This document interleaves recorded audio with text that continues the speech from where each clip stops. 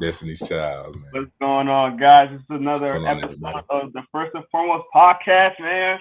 We are here. Obviously, you might notice something a little missing right there, down there. You got, not just in an important meeting right now, so he's out right now, but we're gonna hold it down until he get here. He's gonna be here in a second, man. But obviously, I got my guy Bacon Neckwood. I'm Jerome Jones from Inside the Hashes. Appreciate everybody getting in, man. Look at the views already. I love it. We up right now. I love it. We are live, guys. Appreciate y'all getting on, man. Appreciate all the love that we're getting, man. And appreciate y'all, man. We can't do this without you guys. The support we give to you guys and all the special guests and everything. So we do appreciate it. We got a special guest coming on today. Super excited to get him on and everything. But we're gonna go through our segment real quick, and you already know what this is. This is the first and foremost. So first and foremost, Bacon, what you got for me, man? What's your first and foremost? Man, first and foremost has to go to a kid, man, who's been battling a lot of adversity. Christian Langford got the quarterback MVP award at the Under Armour camp this Sunday, man. So shout out to Big C5, man, who's also going to Langston Hughes, if you do not know. So stay tuned to what's going on up there, man. Brother's talking like he's got a lot to prove, man. So it's gonna be box office. Get your popcorn ready. What about you, Jerome? My first and foremost is I learned a lot this weekend, man, being at the UA camp. We're going to talk about that at some point. But my biggest takeaway from the weekend is my man, this guy right here, that was a grandpa. This dude drives like a grandpa. That's my first. Don't get mad at me because I like my timing belt. I don't want my accelerator to be messed up. I need to be on the road. I'm already on the road every weekend. Hardly home. I had to say this online because this crazy. All right, we were going to it right after the camp. We was going to another event with our coach, our guy, Coach Mill. Yeah. And my boy Bacon's following me, right? He left and I'm me. like, I'm dusting him. I'm like, yo, what the hell? I'm like, dude, what? Oh shit, my bad. Oh, I'm driving too fast. I'm from Jersey, so I'm thinking I'm driving fast. I look at my speedometer. I'm going only 3 miles over the speed limit. I'm like, hold up, Bacon. What are we doing? What are we doing? I like Chris Tucker. No, Jackie Chan. You laughed me. So that's my first and foremost, man. I don't have much, but I just wanted to let the world know how Bacon. He's smooth, bro. He's not only smooth with the way he talks, but he's smooth the way he drives. He's like cruise like. Hey, I'm telling you, bro. You got to keep your car on the road, man. I got you, bro. Hey, drive safe, guys. Drive safe out there. All right, well, we're going to get our special guest in here. Bacon, I'm going to let you introduce him because you know him a little bit more than I do. So I'm going to let you introduce him and we can get more. For sure, man. This is a person, man, who you've seen on Instagram, giving us the quality news on the South Side, man. You may have seen him in Midtown. Coaching, man, Coach QB Marcus, man. Without further ado, we'll bring the young man on. What's going on, everybody, man? Appreciate y'all for having me. Most definitely, brother. Appreciate you. So, right. Brother, go ahead, Joe. I'm sorry. No, all right. Go ahead. Yeah. All right. So, QB Marcus, y'all know I cover pretty much the south side of Atlanta, not the whole state. I wish, but gotta get the guys who don't get enough credit, and that's what I try to do. I first started, with APS when I was at Booker T. Washington, 2020. COVID kind of got all of us. So I already played, football. So I was thinking, man, how can I, talk about my my teammates. So one thing I tried to do, I went on live, during COVID. Lunchtime was about 12 o'clock. So, I went live on about 12 o'clock. It's about 90 people joined my live, man, once I started debating, and stuff like that. So I was like, okay, cool. I'm kind of loving it. At that point, I started creating lists. I already knew the guys on Instagram, so I used to tag them. Hey, who's the top 5 receivers in Atlanta? You know what I mean? So at the time, I did that, and a lot of people just started reposting. Then about a couple more years, I decided to coach. I knew the game, X's and O's and all that other stuff. So started coaching 7-on-7. That kind of help the kids that I put on the list get opportunity to show what they was worth. So, started coaching 7-on-7 in football about 17. Won my, couple championships. And then after that, got the opportunity to be offensive coordinator at Midtown. So I just love how a lot of people, feed into what I have going on. It's a blessing because, as reporters like yourselves, and, it's some things that you don't ask for that people give it to you, so that's the beauty part about it. And, it's just an influence that everybody put on me to do things like this because I like to cover the unknown. Most definitely, brother. Since we're talking about lists here, before we get too deep into your particulars, I'm saying we want to just get your opinion on the 2025 top. So just give us a quick top 10 in the state of Georgia. You know what I'm saying, off the top. Well, in the state of Georgia, it's a lot of guys. Yeah. It's a lot of guys, and like y'all was saying from this camp, it's a lot from this camp. So Jalen Bell, the guy, at corner, he's a real physical specimen. I ain't gonna lie to you, man. He brings a lot of swag at anything he do. He plays with a lot of confidence. He played with a lot of stature, and him playing now is 6A now, 6A level where you play against some of the top receivers in the state of Georgia, which he has a lot of poise at it. So that's one of my players that I really, really love. Defensive end from Douglas County as well. Carter, he's really good at what he do. Great hands, real good hands. They say he's really fast at what he do at the defensive end aspect, and that's great because a lot of pass rushers they don't have a lot of techniques in their arsenal where you can just line them up anywhere. So I heard he did fantastic at the camp. Wide receiver, from the guys that I cover from the South Side, Travis Smith. I like Travis Smith a lot, man. He come up with a great radar. Him, covering, coming out of South Fulton, making a name for himself, being that wide receiver on at Westlake, had a young quarterback, Sean Smith, which he did a good job this season. And if he continues to, do his thing, he'll be a great prospect in the state of Georgia. But yeah, those are the top guys that I pretty much, kind of covered from my side of the area. They do a good job though, and I'm very, very proud of them. Not true. You named some 2025 and 2026, but brother, we want the top 5 in the class 2025 out of Georgia, brother. Yeah, for the Georgia aspect, man, I leave that up to my guy Drew. I try to, get Drew. No, by the way, brother. Yeah. I only do the unknown guys. You know what I mean? Because covering the whole state, it's a lot. But covering APS, Henry County, Clayton County, New Rock, all those counties that I try to put out, man. Those are the players that I really, strive for. Definitely. So what came into your evaluation skills? Like, what made you realize, like, hey, I'm actually pretty good at evaluating players? Like, what made you kind of validate yourself with that?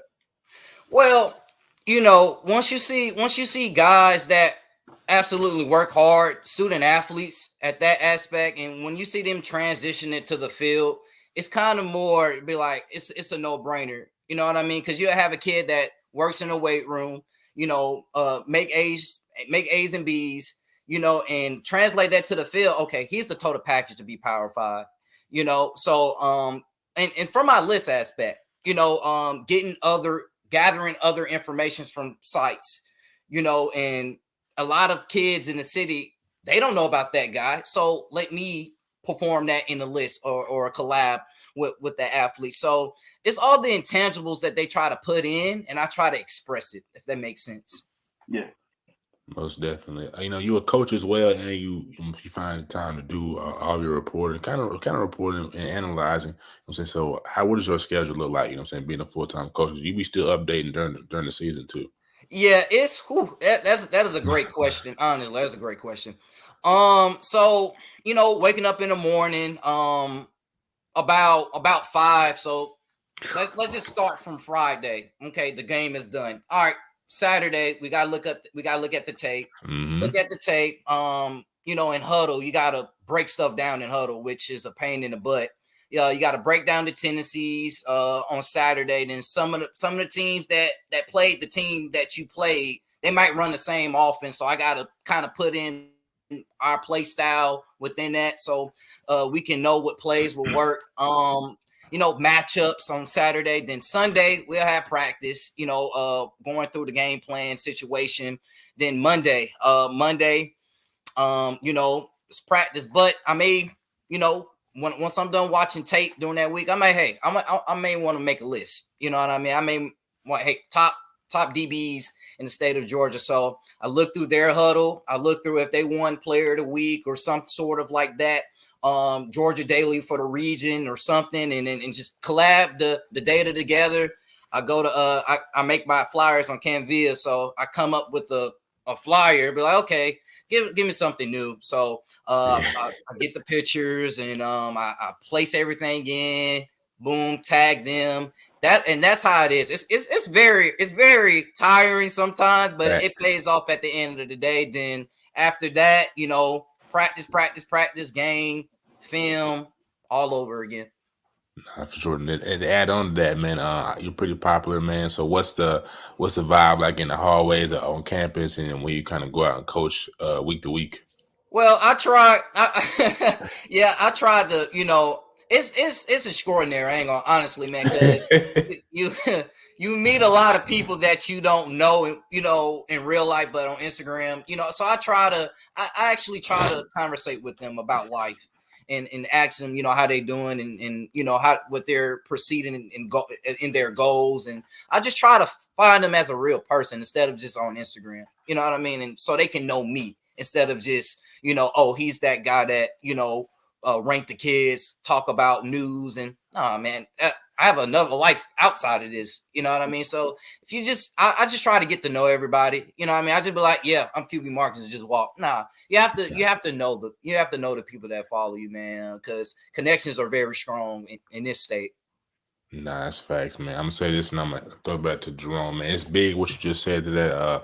I'm a big, big Bob Marley fan. I should have my poster up, but I went and saw the movie. Long story short, man, they had a clip up today of his son. He was talking like the biggest thing Bob did is music, but with anybody does in life, it's about the man. It's about the person. It's how you interact with people. It's about his communication skills, his values, his morals. So for you to say that kind of runs and connected with me. So, but I'm gonna pass it to you, Jerome. Yeah, most definitely, brother. Keep doing what you're doing. Definitely. And Coach, I see that you are a 6-time 7-on-7 champion, which is biggest accomplishment for you, man. So congratulations on that. Tell us what is the importance of 7-on-7? Because I know some people kind of like, maybe from like myself, like I came from the north, so I didn't know anything about 7-on-7 until I came down here, and I was like, wow, 7-on-7 is very important in Georgia. Tell us the importance of it, and tell us a little bit about your teams, and how did you become that 6-time champion? Well, I kind of do everything kind of differently from everybody else, because in 7-on-7, a lot of coaches. I'm not saying that's bad, but they kind of not take the offensive side seriously.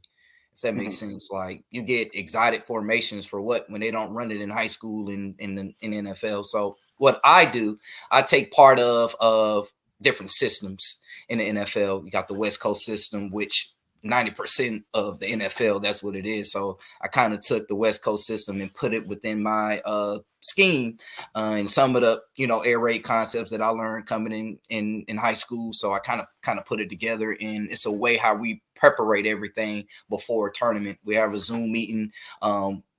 We try to strategize what we're going to do amongst, because everybody runs pretty much the same coverages, cover 3 and cover 4, basically, or some bandit cloud. But we trying to get everything together.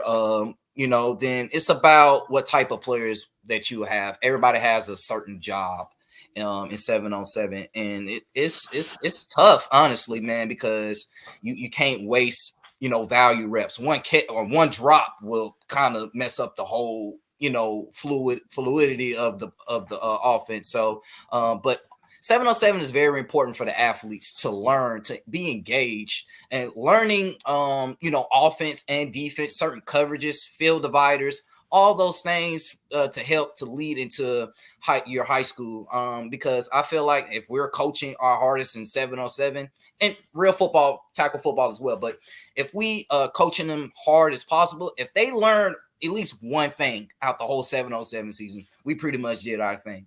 You know what I mean? If we teach them how to run mesh or how to run this at a certain depth, we did our job as coaches. So it's like that off season development that I say, or just it's a learning tool for the kids. It's more than just head tapping somebody or scrap, or it's more than that, man. It's about how to play man-to-man defense, how to play zone, how to, stay on the hash, read two, or one goes out, who should I pick up?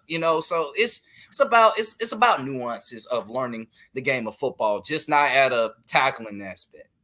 All right, now, Coach, don't get on here and start talking these parents, start recruiting through your words, though. You ain't? Sorry. You good. Now, so tell me what's some of the differences in preparing for a 7-on-7 offensive scheme to a high school offensive scheme. Like, what's the different type of preparation you have to do between the two? So with the tackle, tackle high school football, you got offensive linemen, so you got to scheme up different run schemes for different fronts. That makes sense. Then some teams may blitz a lot. Some teams may not blitz a lot, so you got to deal with different caters to defenses. And 7-on-7, it's just routes. It's just concepts, but in real football, you actually have to scheme up your guys to get open. It's 1,000 ways to run different plays, but, you may need to run something different and tackle, So that's the different totality of tackle football, because, you just have to scheme your guys to get open. They'll make the plays for you, but a lot of teams, run different defenses as well. You got 4-2-5, you got 3-3-5, 4-3, 3-4, in 7-on-7, you don't have that. Quarterbacks are just 5-step drop, 3-step drop, throwing it. You know what I mean? Where, tackle football, you get blitzed, so it's different. It's very different, but it also can help the quarterbacks understand the reads, pre-progression reads, in-snap reads, or where to throw the ball at. Definitely. Now, what's your mindset going to like a 7-on-7 game or like 7-on-7 season in general? Because, I know high school football is very intense down here in Georgia. It's aggressive. You every day, it's an everyday grind. When you get into 7-on-7 season, is it like the same aspect, or it's more like laid back, kind of kicking it, it's the stakes are not as high, or is it like intense, just like, regular football? Well, the tournaments are intense, but how I bring the approach, still football at the end of the day. Mm-hmm. You know what I mean? No pads or not. We're still here to dominate. It has to be a competitive edge at some point where, we're going to lay it on the line. It's nothing going to be different. It's going to be a man right in front of you, and you have to kick his tail. So it's no different. It's no different for me. I don't know about anyone else, but there's a certain pedigree that I try to. You want to be the best at everything. If you want to be the best at everything, let's try it 100%. So there's no difference, in the game for me. It's going to be intense. Everybody loves the game of football. It's intense. It's going to be intense. So it's very intense for me, because I put my all in it. The kids, they love it. They love everything about it. They love to compete. They love everybody, want to burn somebody on the go route, so it's going to be intense. Definitely. Go ahead, Baker. Coach, what to kind of put me on game, Coach? What type of teams y'all playing on the 7-on-7? So y'all playing the C1Ns, y'all playing the Hunchos? So it depends on the tournament, wherever the owner puts us in. But Huncho for the most point, Grind Factory, yeah. All those teams, they come together or they be at a big national Atlanta tournament. We'll play them, but C1N and Hustle, they got pretty much their own tournaments going on and stuff like that. But it's kind of different, and I love it, and I really love it because you get to see the kids that you cover and the coaches that and we all trying to battle it out to get that respect. Right. And that's one thing that I really love. You know what I mean? And it's kind of different from it's kind of different from the high school game where you got the coaches that knows the other coaches in the coaching tree and they try to go at it. But it's a different universal where in 7-on-7 you may know this coach and y'all have the chance to go against each other instead of high school. You know what I mean? So that's it depends on the tournament. You know what I mean? But it's a lot of good programs out here. It's a lot of great programs. But C1N, they got their own tournaments, which Cam Newton do a phenomenal job. But once the hustle come in, they just destroying everybody. So who's on your team? So I got Ricky Washington from North Clayton. I coach at Next Gen, by the way, Next Gen Academy. Ricky Washington, North Clayton, 2027 slot receiver, played both ways on the field. Man, the kid, he's a hustle kid as well. Tony Ballard knows him. The kid can just take the burners off. You can't press him because he'll fly right by you. If you play him zone, he's just going to eat it up. So he does a phenomenal job of predicating himself within different situations. He can make the best plays. If we need a score, 1 minute, just give him the ball. Brandon Allen from Westlake. Brandon Allen, he's going to be a next upcoming good receiver at Westlake. He's only a freshman. He's about 6'2". He's about to be upcoming. They got Batman, Deion Thomas. So next couple of years, he'll be right in that category just with them. My quarterback, he goes to Sequoia. He starts at Sequoia. Kobe Martin. Kobe Martin, man, it's probably one of the most smartest kid that I ever coached in 7-on-7. And this is my third year. So I had two different quarterbacks, but this kid is he's just different. He's just bringing a different pedigree, and I'm helping him because he's more in a different system at Sequoia. So now I'm running more of an NFL base where he can actually read high to low more, and that's going to help him tremendous, go a long way. Elias Ganley, he goes to Westlake as well. He plays baseball. He's a good baseball kid. He plays football as well. So we got a lot of good kids in the 7-on-7 program at Next Gen. No, y'all loaded. Just talk a little bit about it's just the speed at which the high school kids are kind of getting themselves acclimated to what is now the NFL systems. So kind of, yeah. Well, that's the hard part about it, honestly. Once you meet with them so much, and they understand their particular job, they will understand, if that makes sense. Because in the NFL, right, they got these long plays. Let's go gun tray right, 3-jet, chip waltz wide funnel. But everybody knows what to do. You know what I mean? So reverse that back in 7-on-7. It's not about the plays, it's about the route. I don't teach plays. I teach the routes because the routes within the plays. If that makes sense. So if we know we got this particular set, okay, Brandon, you run this dig route, but it's more like a drift. So run that particular thing. Brandon been working on the drift every time. And we've been talking about the drift in the meetings. Now he knows how to run it. I didn't go through a long NFL play. We just went through a route within the play. You know what I mean? So it's about knowing your job instead of knowing someone else's, because everybody has a particular job. And that's what gets some of these kids kind of discombobulated, with playing football. They worry about other people instead of them and correcting themselves, So that's why I try to bring in 7-on-7 or any football, just do your particular job. Everybody's going to be on one accord. You know what I mean? It's like a kitchen. Everybody in the kitchen has a certain job, right? So that's how we're gonna orchestrate things. Have you always been this good of a teacher? I want to be a teacher, honestly. But it's what I learned. You know what I mean? It's with the people. Shout out to my mentor, Kevin Hill, that I used to be at Lithonia. I learned from him. I had to learn something. I learned his system. So it's about taking what you know and try to study it. Once you study it and put it in your own craft, people gonna be like, okay, that makes sense. So I love teaching the game, honestly, man. I love it. I spend all night on it, so I try to perfect my craft at the highest level. Nah, fact. I know teaching in APS, man, it's not glamorous like teaching in up North Atlanta or above you.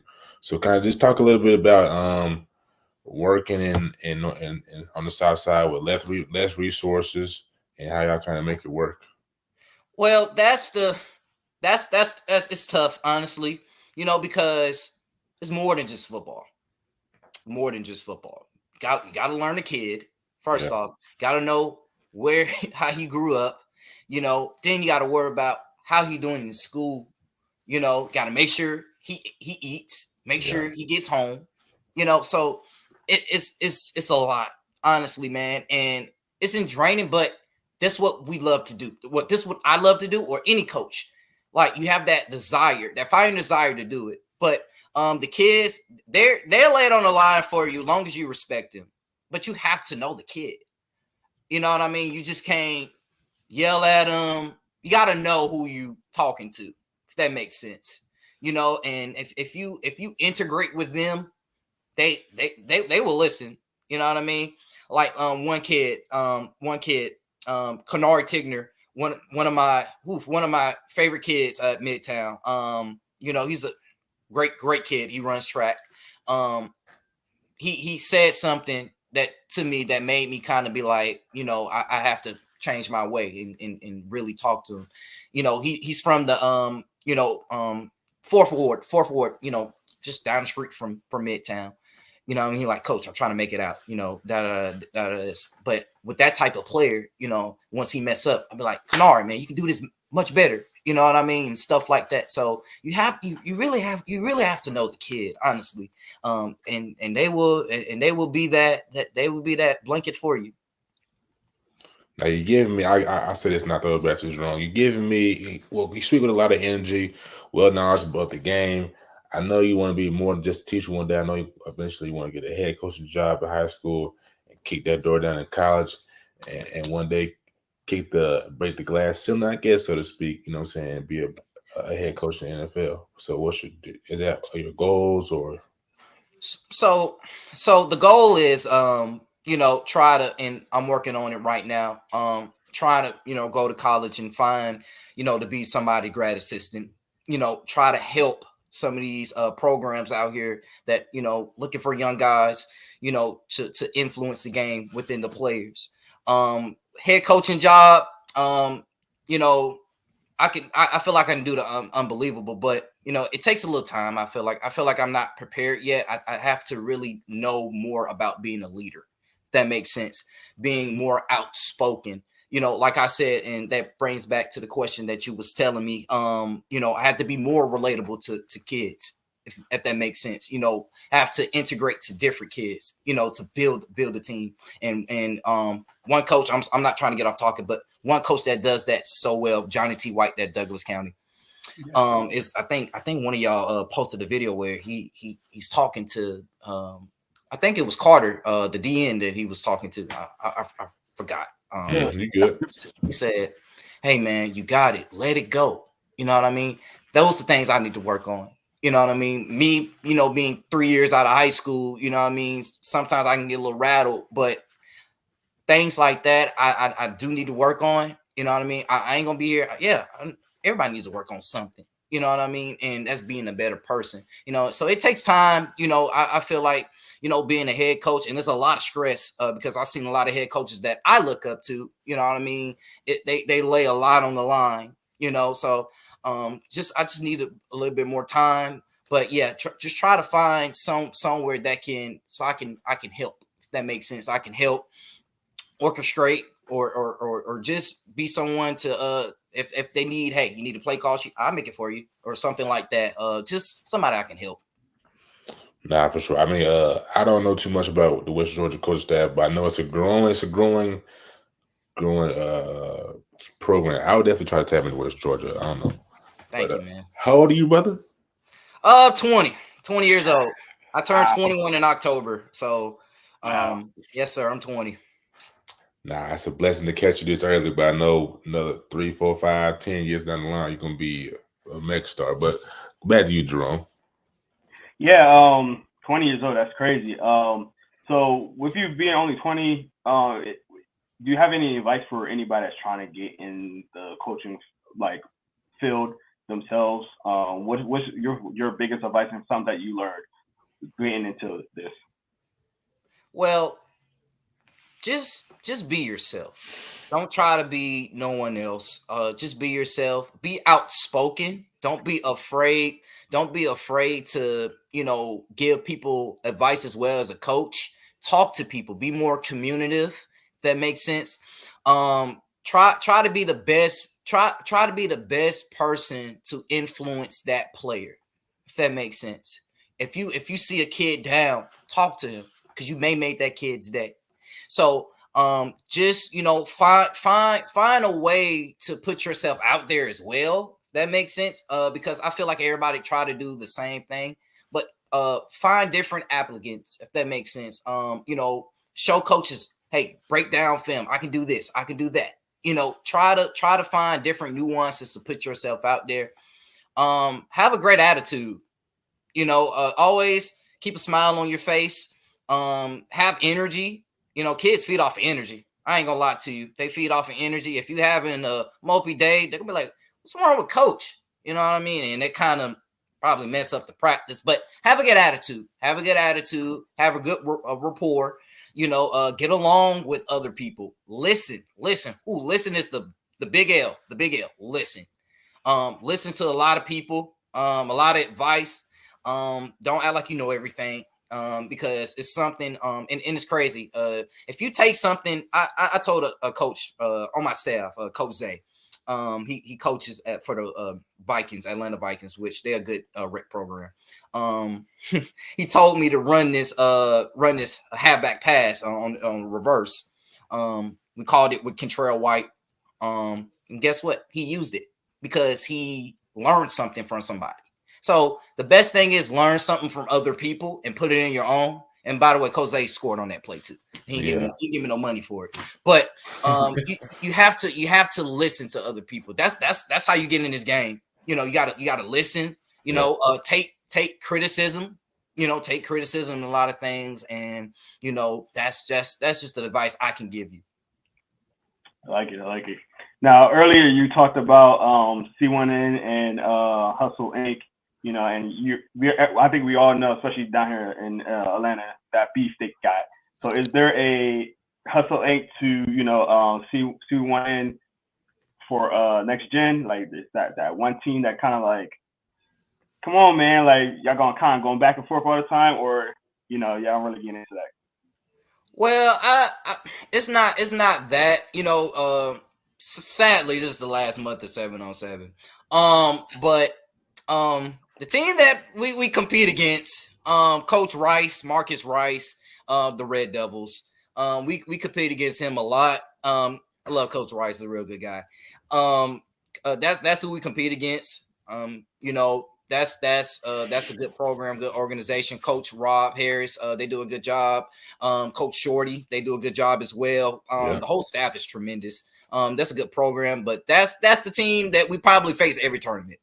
And I'm sick of it, but that it brings the best out of us.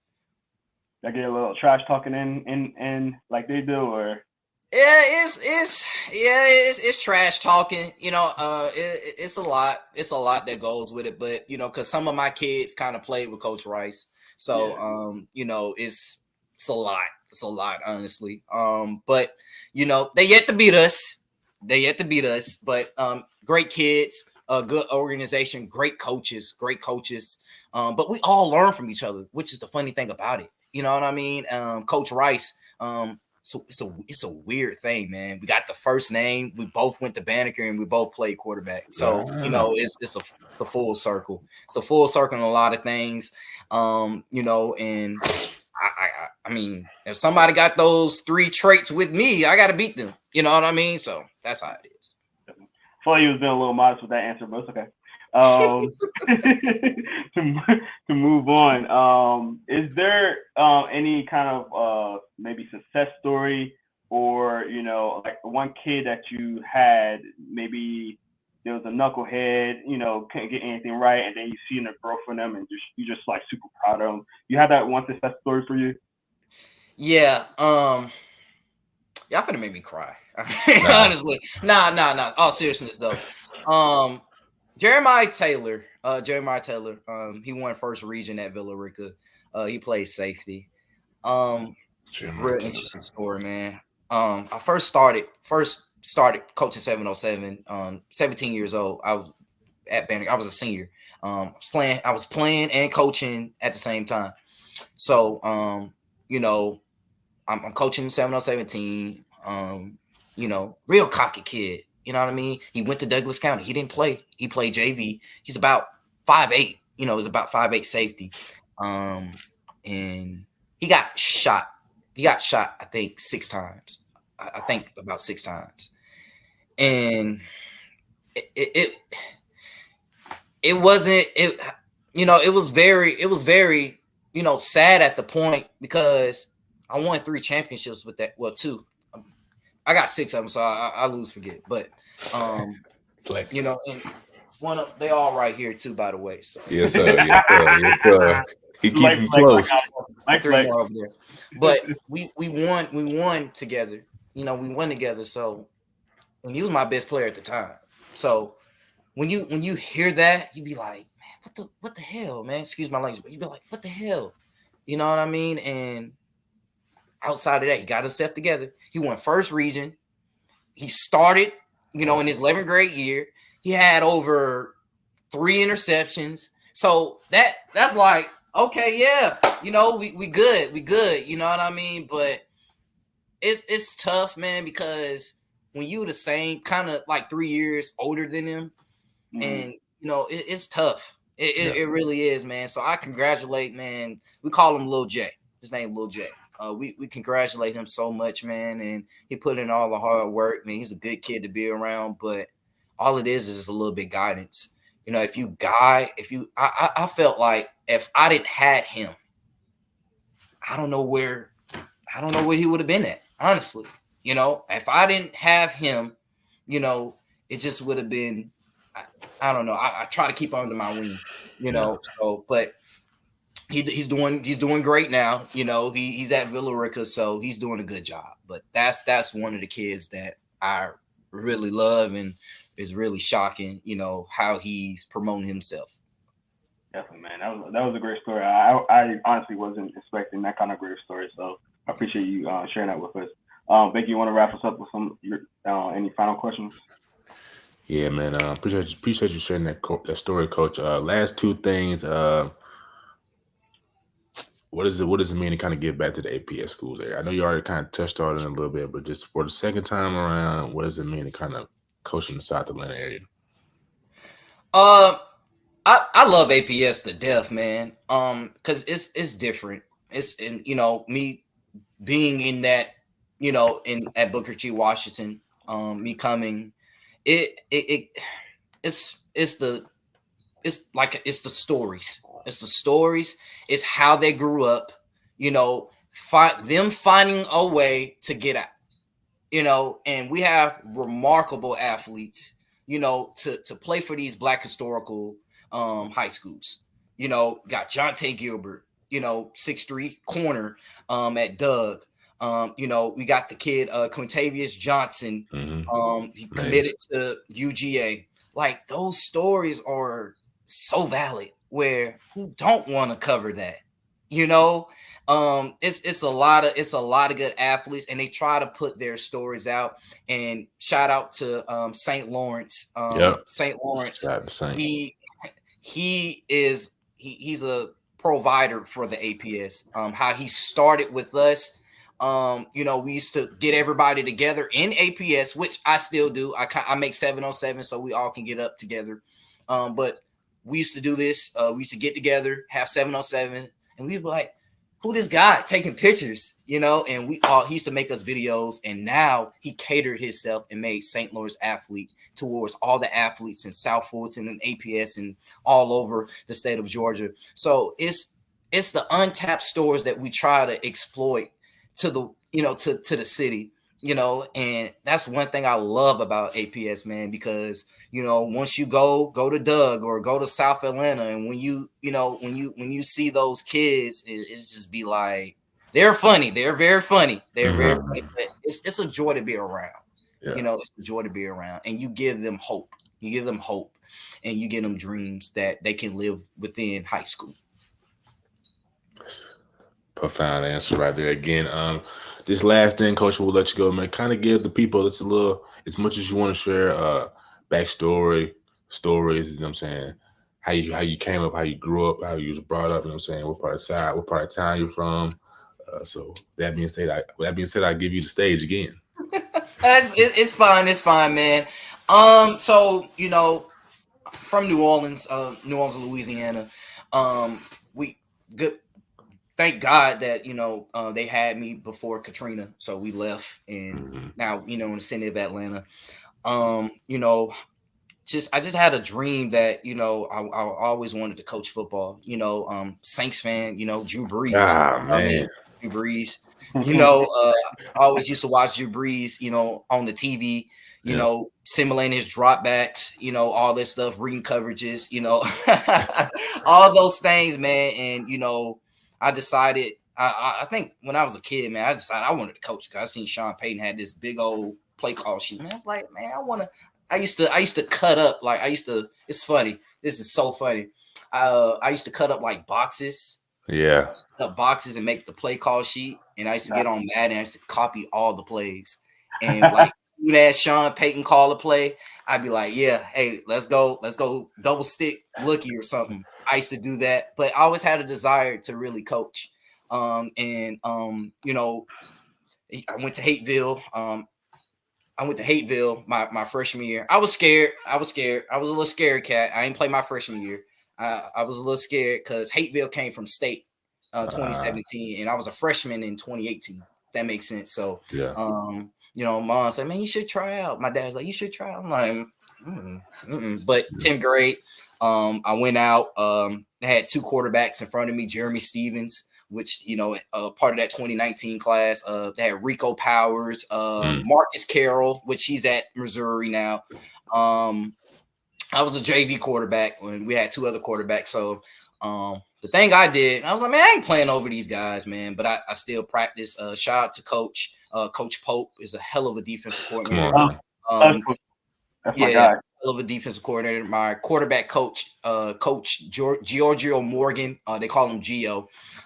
So I used to get reps versus these fast DBs in 7-on-7.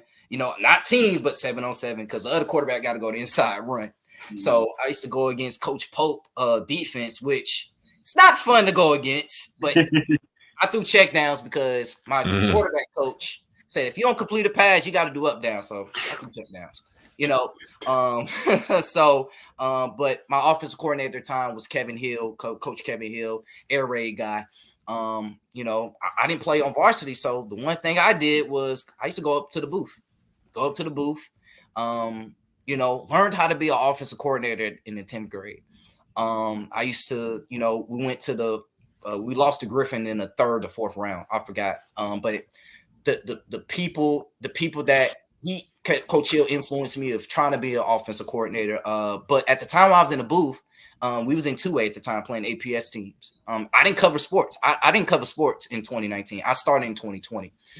So we went against Doug when they had Lockett, Sterling. This one, Rodney Cofield was there. They was still running the power read. We were in against Ricky Lee. He was a freshman at the time.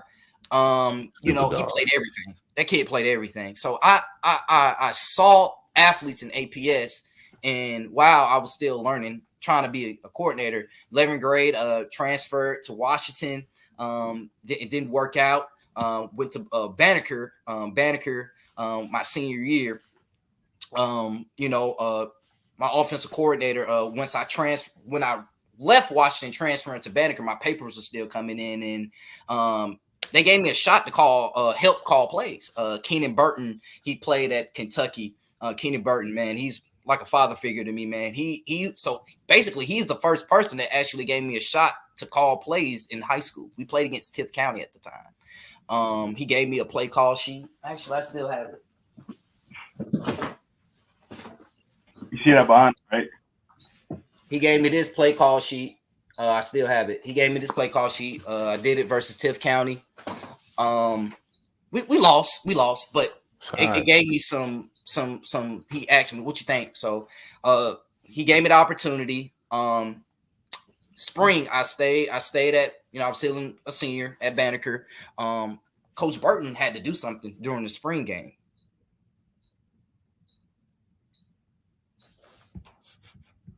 You're timed out, man. Great story. I know you're gonna come back in sooner or later. It's definitely good story. I hope that he don't be telling everybody that he's a Saints fan in Georgia though. He does. That's how the Saints fans get down. They don't care, man. They don't care. They be ruthless out here like that. Man, ruthless, bro. And the Saints fans moved out here because of Katrina's. But yeah, they be like it's a lot of fans. They take charter buses. They go to the local restaurants when they come to town. They win. They staying around. They partying. And then the Falcons been playing.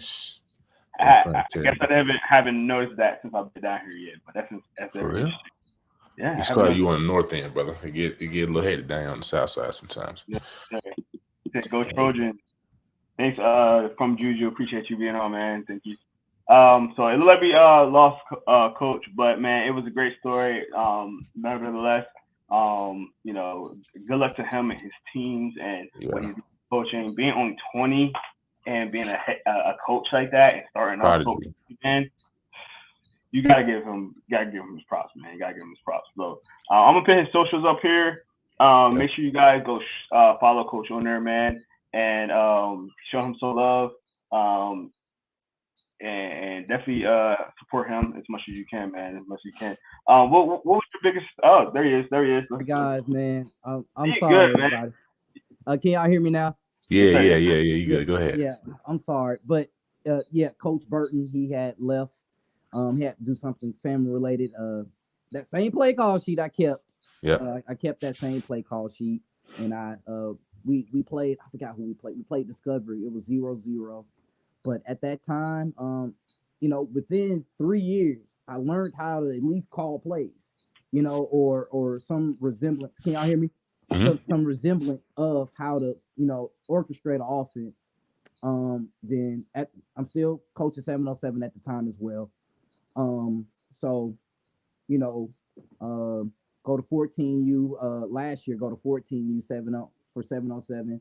Picked up a couple more championships. That helped me how to learn how to coach kids out of middle school. So I kind of had to, running a similar style of offense, a NFL prototype, but kind of teaching it a little slow, so that kind of helped me understand, the kids. So I was still an analyst at the time. I went to Midtown versus Stone Mountain game. I didn't want to go to that game, but for some strange reason in my mind, I wanted to go. It was cold that day. I just, for some strange reason, I wanted to go because I wanted to see this Kentrell White kid. So I went to the game. They lost. Coach Howard, he had 3 coaches at the time at Midtown. They went 6-4. They was non-regional. So I was watching Coach Howard. Coach Howard was calling the plays. Coach Howard's a phenomenal guy, man. I love that guy, man. He's a great motivator. So I'm covering the game, what we do with our cameras and stuff like that. And I see him call a play. I was like, Coach, why did you call that? He looked at me. He was like, man, video record the game. So after the game was over versus Stone Mountain, he walked up to me. I was like, Coach, you must need help. So he was like, yeah. So At the time, I got hired with Midtown. Got hired with Midtown. That same Contrail White kid that I looked at, I had the opportunity to coach him, and he's out of this world. He's out of this world when it comes to physicality. Luke Winstall interviewed him too as well. He got offers from all from all over all Power Five. So and he's going to be upcoming next. So Midtown spring game we played. I was a quarterback coach. I went to offensive coordinator. So we lose in the spring game. Our offensive coordinator don't show up no more. So I'm like, bro, we've been running your place in spring. Like, where you at? I'm like, okay. So Coach Howard and I, we got together, putting in the offense together. A lot of RPOs and a lot of power scheme stuff, which I'm a fan of. So we got closer together. Got very very very close together. Then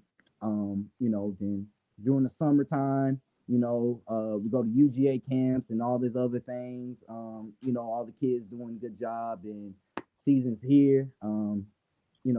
Coach Howard's no longer with us, due to something happened at the school. That moved me to offensive coordinator. And I'm like, oh my God. Like, I'm 19 years old. 19 years old at the time. I'm like, Jesus Christ. You know what I mean? And I'm running an offense. And remember, we had an offensive coordinator in spring. So me and Coach Howard been building this offense. So I was like, ooh, can't change nothing, and played against one of my mentors as well. He coached. So Coach Williams, Eric Williams at Maynard Jackson. Coach Williams, no lie. Him and Coach Huntley, they coach my mom, my dad, my uncle at Farrell. My mom. So it was kind of like,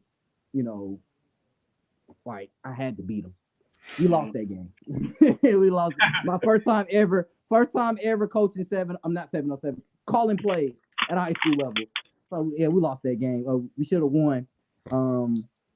But these experience, and that's one thing what God does, man. He give you opportunities, and you have to manifest it so much. And I thank God for that, and I thank everybody who give me opportunities, man, because I won't be in this position where without the parents that follow me, or the coaches that follow me, or guys like yourselves follow me, and we talk. So all these connections happens for a reason, but we have to manifest it and we have to treat it as such. So I thank a lot of people for this, man. I really do, because we all try to market, and we all try to put news out there that people need to know, or they tell us, so it's only right. And and that's one thing, I cherish. But that is my story, and that's how I pretty much came about as QB Marcus. Nah, man, that was a great story, man. Great stories. You definitely blessed us with not only knowledge, but with wisdom and game. But I think all this is happening for you because you put the time in, you're well focused, and whenever you're focused and disciplined, and got God on your side, everything's gonna happen the way it's supposed to go. It may not go on a straight trajectory, maybe some hills, some valleys, but eventually you'll get to the promised land, brother. But thank you. Thank you for coming on the show, man. Blessing us, not only us, but our viewers with your wisdom, man. So continue to do your thing, and we'll be in touch, my friend. Thank y'all so much, man. And this is a tremendous, great show. So y'all keep it up, man. Thank you. I'm a fan now, so I'll be watching. Hey. So thank y'all so much, and please keep doing what y'all do best. Thank you, but tell you to the kids, tell the teachers, tell the AD, tell the principal that first and foremost is live. Thank y'all so much, man. So thank you, brother. Peace. Oh man, appreciate you. What a great story, man. Like we said, he's a good guy. Very smart for somebody that young, man. 20, bro, yeah. I wish I was talking like that and doing what I was doing at 20, man. I don't even know what I was doing. Yeah, I was probably just running around chasing tail. I don't know. But man, he got his head on straight, man. I love it. I love seeing when you get it early, and you understand what you want to do, and you put yourself in that path to get to that point, So I like that. All right. Any last words on that, Biggin? I told my Mark, nah, man, we can hop into might well just hop into the UA, bro. UA camp. Yes, sir. So UA next not tournament, but it was a showcase camp. There you go. We got the pleasure of going. We've been talking about this for a while on the First and Foremost podcast about trying to get to it. We finally got the credentials. It was myself. It's my bad. And Naj was all down there representing for the First and Foremost podcast, and it was a treat. Before we get into the spectacs and everything like that, what was the biggest takeaway for you with this, Biggin? Biggest takeaway, player wise, just definitely Jordan Brees Carter, man. I knew he was special, but he came out there and he came out there and did his thing, man. One, I mean, I don't think he might not have lost a rep, and that's why he got defensive line MVP, man. But he's probably my biggest takeaway, and just the atmosphere, biggest takeaway.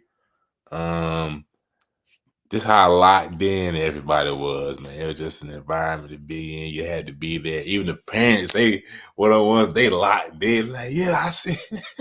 Yeah, I can't.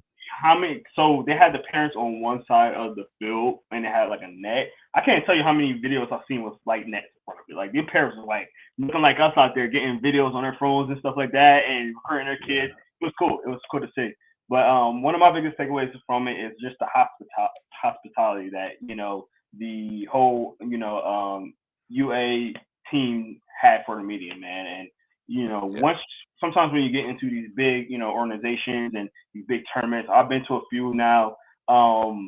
You don't really see like they give the respect to the media. You get what I'm saying? Like, hey, you might get a thanks for coming out here and there, but like they show like they appreciated us, and they appreciated the media being out there and covering our kids, and I understand it's not a knock on any other camps or anything like that. It's just like, there's a lot going on, but they literally took the time out and said, thank you guys. They was directing us. They would say, hey guys, y'all can go here. You can do that. Hey guys, actually we need this space. They were very respectful. So that was my biggest takeaway from it. I've never been to, again, a big time camp where they really, show gratitude for the media, and I thought that was really cool. I really like that. I think we got Naj ready. What? Naj, we got him. Let's get him. Let's get it in. Yo, back at the gym. What up? Why are you laughing, bro? I'll tell you after the show, bro. Why are you laughing, bro? I'll tell you after the show, dog. It's not you. Sir. Just the whole how it came full circle for me. But we talk about what's been playing. We talk about the UA camp. Hey, I'm just gonna call you out too. I heard you. You said your top performer was what you said, Jordan Brees Carter. What happened to Justice Terry? I hear him now. No. I mean, but like Justice Terry is Justice Terry, man. Like, okay. Jordan Brees Carter is like 2026. Bro, he came out won almost every rep, bro. And was talking his noise, bro. So I had to get the brother a platform, man. Because there had been I haven't seen a lot of media on him on Twitter, but Bacon Network gonna put him up there every time. Oh yeah. I got an interview with him too. I'm gonna put it out soon, so that'll be out tomorrow. Actually, that'll be out tomorrow. For sure. But I also wanted to add, man. Funny story, man. I roam around. I don't care where I'm at. I'm gonna try to push the envelope. I roam around, so we could only be on one side of the field. I done roamed around behind. I'm almost at the other side, right across where I started at. The only one too, by the way. Nah. I seen a couple other reporters over there after I left. Okay. Yeah, but that's another discussion for another part. But anyway, because I'm trying to see my guy Markel, man, Aguirre, man, and it's hard to see everybody, especially the DB groups. I finally get over there, kind of get his rep in, but people on the side blocking me, so I'm getting ready to walk down. And I think I just dapped them up. Guys like, man, gotta be behind the line on the other side. And so I had to go back over there. But I'm always gonna push the envelope and go that furthest extent to get the news to the people. But from your perspective, Naj, man, just what's your biggest takeaway from the UA camp? Man, it was dope, bro. It was dope. Let me give first off, let me get my flowers. Let me get a shout out to Jeremy Johnson, man. Yes, that's the guy. I gotta give love to him. Luke, obviously too, but definitely Jeremy. Duke. Oh, Duke. Oh, you said Duke. Yeah, definitely Duke too, man.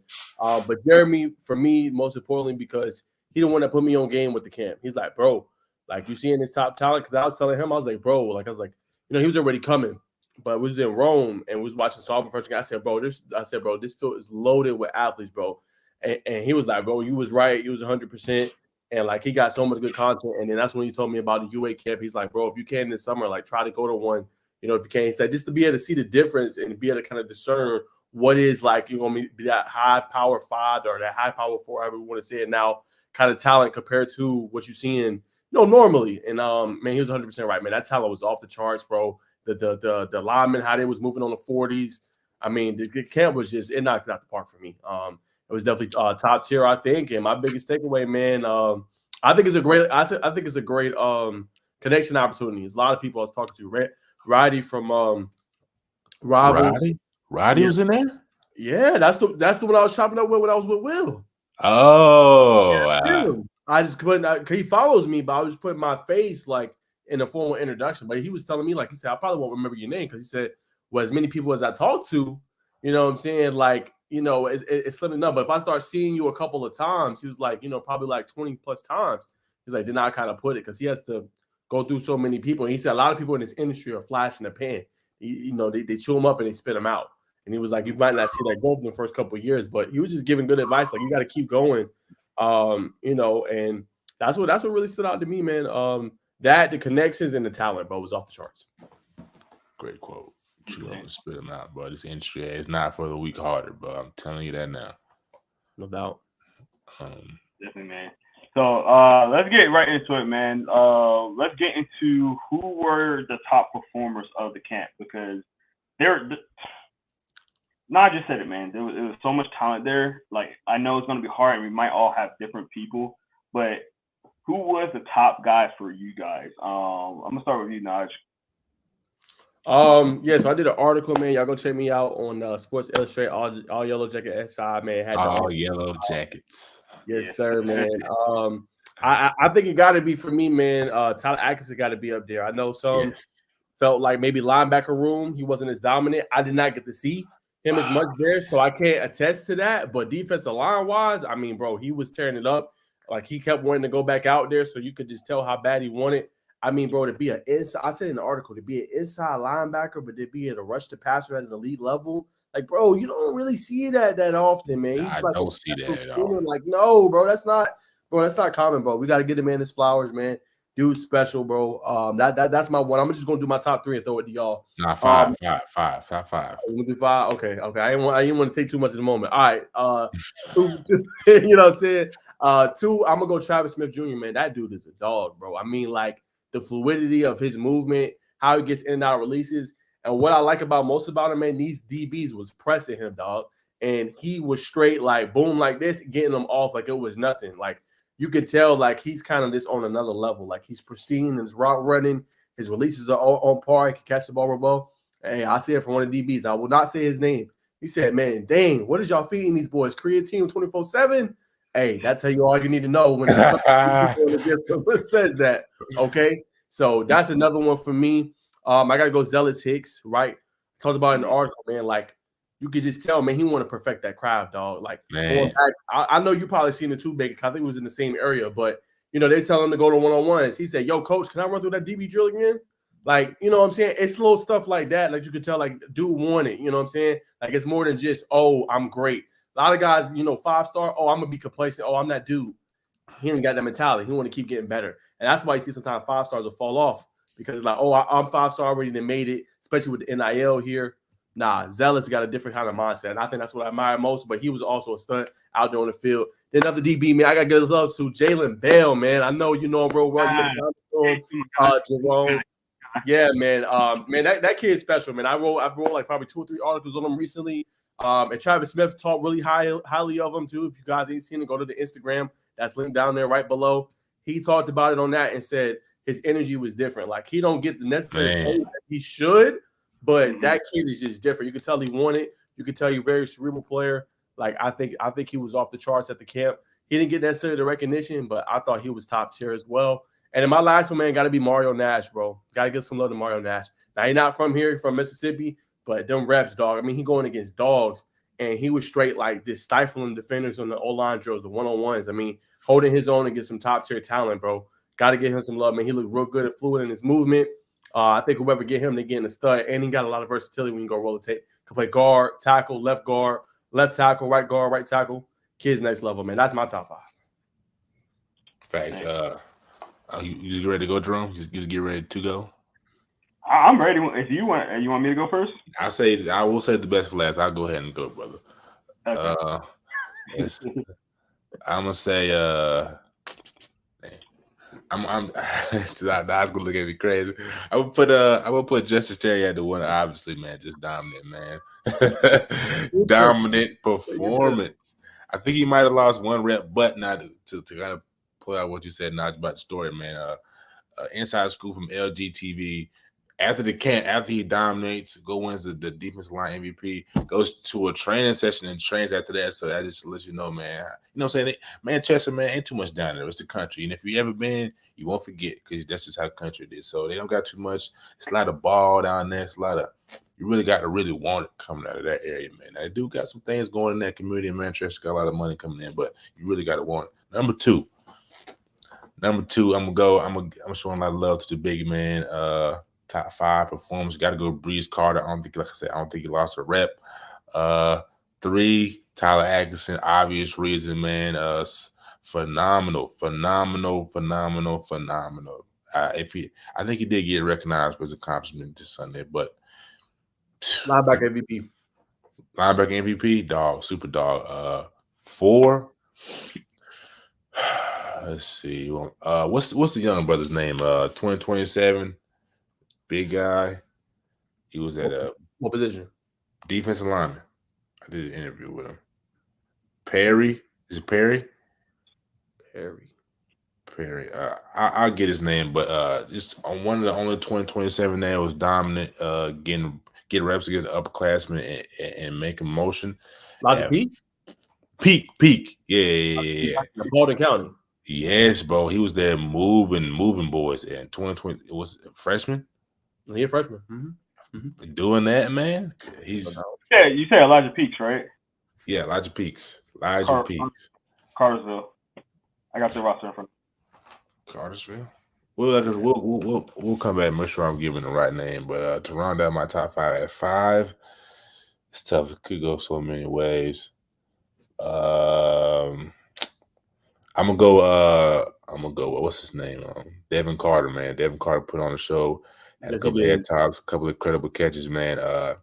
Elite, an assassin, perfectionist when it comes to getting out of his breaks, physical at the top of his routes, let the DBs know he ain't lived, let them know that he's there. So that's my top 5. And it could be a lot of other people that could have got in, but we're recognizing a lot of different names. So I'm gonna pass it to you, Jerome. Yeah, man. Y'all said like almost all the guys I wanted to say. So I'm gonna try to get away from that a little bit. I'm gonna say one guy. Obviously, we all been high on him. Tyler Allison. Obviously, he was dominating in all his reps as well. I thought he had a really good one. A kid that I just learned about being down there, Carson Gill, the wide receiver from Sterling. Bro, he was. Oh yes. He did have one drop. I give him a little nod because he did have one drop, but outside of that, he was dusting dudes. Route running was crisp. You know, he was catching some incredible balls. I think I got a video of him catching one in the back end of the end zone. Very fast, very fluent. DBs was having fits with him. He was very impressive as well. A guy that I just interviewed as well, Travis Dice, offensive lineman. He's a 2025 guy. Man, he was like, I was telling Knox, I was like, dude, he looks the part. And not only did he look the part, he was dominating. I think he got a word, if I'm not mistaken, too. But he played really well. So that's 3 right there. I gotta give it to my guy Bell, man. I gotta give him my guy Bell, even though y'all took him from me. But that man, I knew him 2 years ago when he was just starting out, and he always had that confidence in him. He always showed that he can play. He's like Naj said, he's been splitting time, and I think this is gonna be a year to kind of really show, hey, I'm a guy. I don't need to be splitting time. I'm gonna be that guy. So he showed, at that camp that he can do what he can. I think he's gonna have an incredible year as well. For my 5th guy, man, I don't know. I just had him. Hold on, I'm looking at the roster right now. My 5th guy, I'm gonna go with. Nobody said a quarterback, right? Nobody said a quarterback. I'm gonna go Deuce Knight. I'm gonna go Deuce Knight. He was slinging that thing over there. The quarterback, he's committed to Notre Dame. Yes, he was. He was slinging it. Like, he was one of the more impressive quarterbacks there for me, in my opinion, at least. Very tall guy. I think he's like 6'3", 6'4", something like that. Got really strong arm, man. Notre Dame's gonna really like him. It's gonna be interesting to see him against CJ Carr, another guy I interviewed. They're gonna have to battle it out, but it's gonna be a cool. I think it's gonna be a fun battle when they get their turn to see who gets that spot, because man, Notre Dame is gonna be set at quarterback for a while. They're gonna be set for a while. So, my 5 guys, man. What y'all guys think? Nice battle list, and it was sorry, make sure I get his name right. It was Peaks, man, and he was named to the 2nd team Max Prep's All-American list too. But yeah, great list, Jerome. Great list. I think adding the QB there was tough. Yeah, it was. Definitely, man. So, anything else you guys want to discuss about the camp? Yeah, I gotta get some love to Isaiah Gibson, man. He was killing on his reps too, man. Yes, interviewing him, real humble dude. Confident, man. I mean, some guys you get that's bashful, man, but you could just tell he just naturally himself, man. I mean, I thought he gave a lot of good tidbits to, reporters. They were all over him after the event was over. He was sporting his Georgia gear, but he was. I mean, I went back and looked at some of my film. I haven't finished through all of it. I'm trying to. It's been a freaking hectic week, but. I went back and looked a little bit, and he looked real good and crisp out there. So I want to give some love to him. Yeah. One more I didn't put in my top 5 that was real dominant. Hold on one sec. I'm gonna put an honorable mention out there too. I'm gonna put an honorable mention out there too, because I think this kid is gonna be a breakout player. And I think a lot of people talk about him enough, and he's gonna be on a kind of a stacked team, but I think he's gonna kind of emerge out of that stack, and I think that's gonna be Christian Ward. He played. Ooh, I'm glad you brought that up. Yes, he looked really good out there. Very crisp in his routes, man. It's really good hands. That's one of my. I think he's gonna be a breakout guy. I've been watching him for a while. I got close relationship with his dad. Cover a couple of his brothers. I've been kind of keeping my eye on him. I think he's gonna have a breakout year. They got stacked offense, but he's gonna have a large role. I have a huge feeling about that. He's very good. I will honestly admit that. I don't think nothing's wrong with his game. My only critique, bro, is just him working on the press, dog. That's it.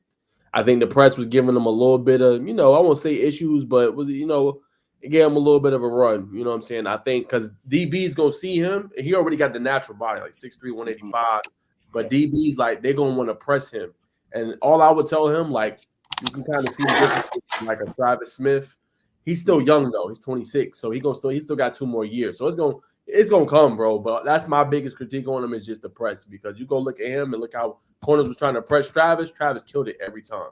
That's the next part. I think he unlocked his game is getting through the press, the physicality, and catching through the hands and the physicality of opponents. But I agree with you. I do think he's up for a good year. But that's my only thing. Any honor mention for you, Biggin? Alex Payne for sure. I did lie. He did. What's his name? Help me out, y'all. The number 1 D lineman we gave out. Tyler Atkinson. He did lose rep. He did lose reps to Alex Payne, right? That's his name, Alex. Well, I did. Yep. Yeah. So yeah, Alex Payne. Real deal. Real deal, man. Real deal. Gainesville's got a big old line, man. I think Gaines was going to upset a few of the big matchups this season. But yeah, do I have an honorable mention? It's so many. I could say it's Christian Langford. You could say what's his name? Dalen Pinson, man. I seen him out there doing this thing in the DB drill. We're gonna shout Sandy Creek. Dalen Pinson, he got in this group this weekend. Who else? I'll do one more and I'll stop because I'll be all day long. And I'm gonna show some love to Jackson, Alabama, man. Landon Duckworth. Seen a couple of nice balls come out of his hand, man. A name that a lot of people don't know right now because he's from Jackson, Alabama. Committed to the Gamecocks. Gamecocks commits don't get a lot of hype, even when you're a big major 5-star like can't remember his name, coming out of DC. He, you know what I'm saying, he had him to get his just due. But Landon Duckworth is definitely a name to know. But yeah, that'll round out my honorable mentions, man. What we got coming up next? Definitely. Before we go to our next, I wanna talk about who we got as interviews because we got a lot of interviews. So I was out there. Yeah. I want us to put that out there. So I'm gonna start with you, Bacon, because I know me and you were kind of like helping each other out. What's some of your interviews that you got that you want to like discuss? Well, of course, you know Jerome. Favorite one had to be talking to Christian Langford and his, you know what I'm saying, a lot of people have been down on him getting this perspective. That's what I like to always do, get people's perspective who hasn't had the opportunity. And I know he's been holding in for a little while. So that one was definitely one I enjoyed doing. Definitely doing the one with Antoine. That was fun. But I think the favorite one was the one I did on my phone with Gibson, man. That was a real good one, man. When I met him down at Warner Robins, he had the energy then, man. So he's a real good kid. That's probably my favorite one. I wish I would have got on video, but the soundbite it'll do justice. And I also think he's gonna go to Georgia. But I'm gonna do my bit to try to get him to come to the Palmettos.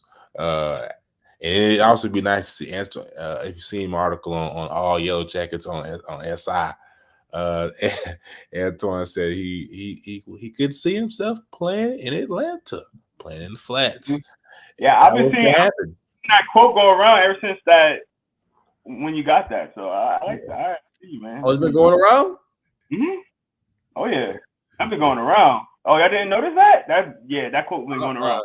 You're gonna have to send me. Yeah, you have to send me something.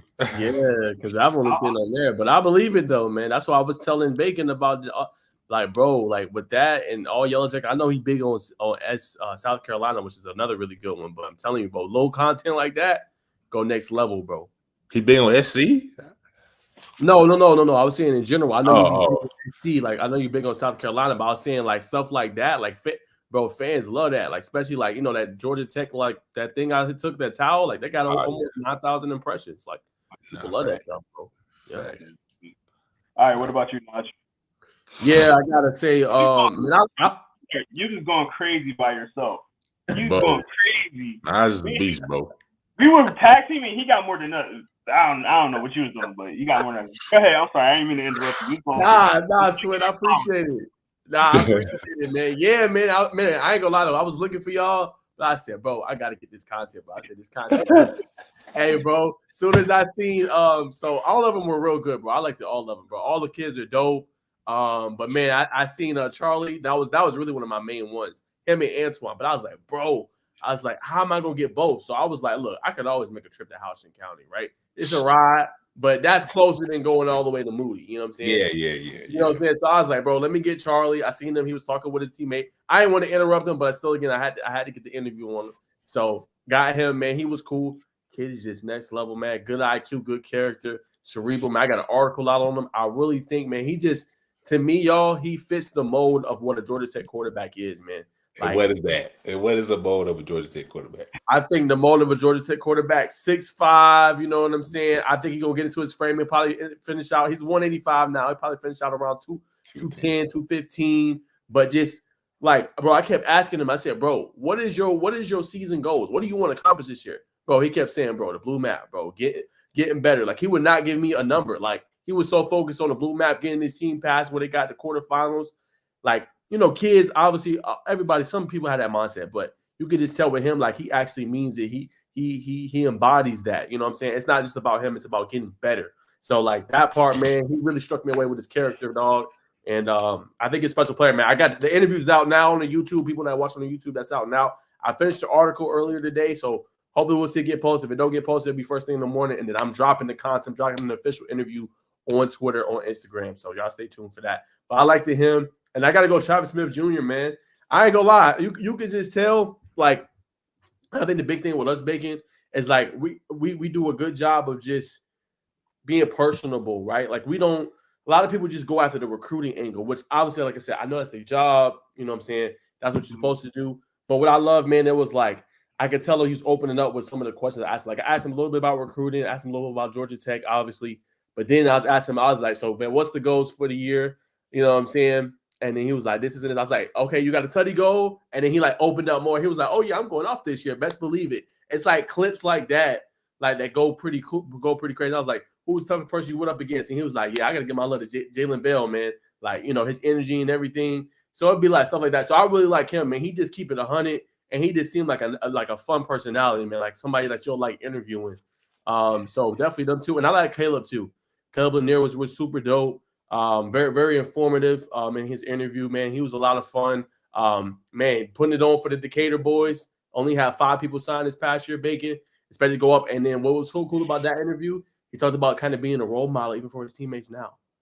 Think about that, bro. I mean, that is a big weight to carry, but he embodies that. He likes being that. That was fun. And obviously, I did Kate Whittington too. But, man, I loved all of them, man. All of them were dope. But, yeah, definitely had to get that content in, man. Working, overtime. Overtime. Yeah, I only got 3. That's all right. I only got 3. But I think the 3 that I got was really good ones. You know, I already talked about the earlier one I was talking about with Travaris Dice. Big guy. He's muscle. Like, he's all muscle. Like, you see some of these offensive linemen, especially when in high school, they don't got that build. He got like a Zeus body build. Like, he like, you can see it. Like, look at the interview, you can see it. His neck is like this. So yeah, he was dominating out there. I liked him. You know, he had some great answers. Very smart kid. You know, he knew exactly what he wanted. So I thought, you know, that was great. And then one of the part of the interview that I enjoyed was the fact that he said, I just got off of hand surgery. I was still out there competing and stuff like that. And he was just dogging it. So, like, I thought that was like, wow, like, man, he's a competitor. He you know, he could have been, you know, sitting this one out, someone re-injure it. It's not like, you know, it's a game or anything like that. He's like, nah, I'm going to compete. So I thought that was pretty cool that he was, you know, went out there. Also got Mr. Breeze, Jordan Carter. That'll be coming out tomorrow. And also had Cortez Smith from Parkview as well. So I like to talk to him. Me and him talked about, you know, what was his insights of Parkview. You know, they lost a lot of key pieces and things like that. He's like, dude, we got like talent that people don't know about. We're gonna rock this, you know. So I did like the fact that he answered that question and, you know, was like, hey man, I believe in this team.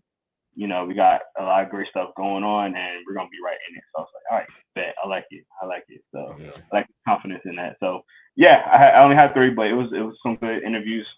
You know, I had to help my guy Bacon out. You know, I appreciate you, bro. I like doing that as well. So I like being behind the camera. Great shots from behind. Appreciate that. Before we move on, I want to shout out Barack Willis from Moody. Did this thing too, and another guy who I wish I would have got some content on. I gotta see if I did. Daryl Duke Johnson from Eastman. He goes to a school East Georgia, but real super freaky athletic. He was another one that won an award there. Anyway, He got invited to the Under Armour game, I believe. But he's definitely a name that's gonna. If it doesn't blow up by the time he graduates, by the time he gets in college, you will know who Daryl Duke Johnson is. But yeah, he plays quarterback. He doesn't throw it, but if you watch his film, takes like 60, 70-yard QB runs to the house, bro. And plays defense. I think he plays defensive end, outside linebacker. So that just lets you know all you need to know. But shout out to them. Definitely, man. So, do you want to go over the top 5? I mean, the top 25, or you want to just like kind of you want to go over that real quick? Yeah. Come on, man. We gotta get the audience pumped up, man. Yeah. We're gonna have a first and foremost top 25 dropping here pretty soon, man. And if you don't know, all three of us, we're gonna be rating players, right? Top 25, right? Just who we think. We're not doing 26s, we're not doing 27s. We want to see first how good can it do. Will we get a lot of buzz from it? We just want to see what y'all think. We want to get some answers. Now some people gonna be mad, some people ain't gonna make the list. But this is our first and foremost top 25, man. So y'all stay tuned for that. That's coming out pretty soon.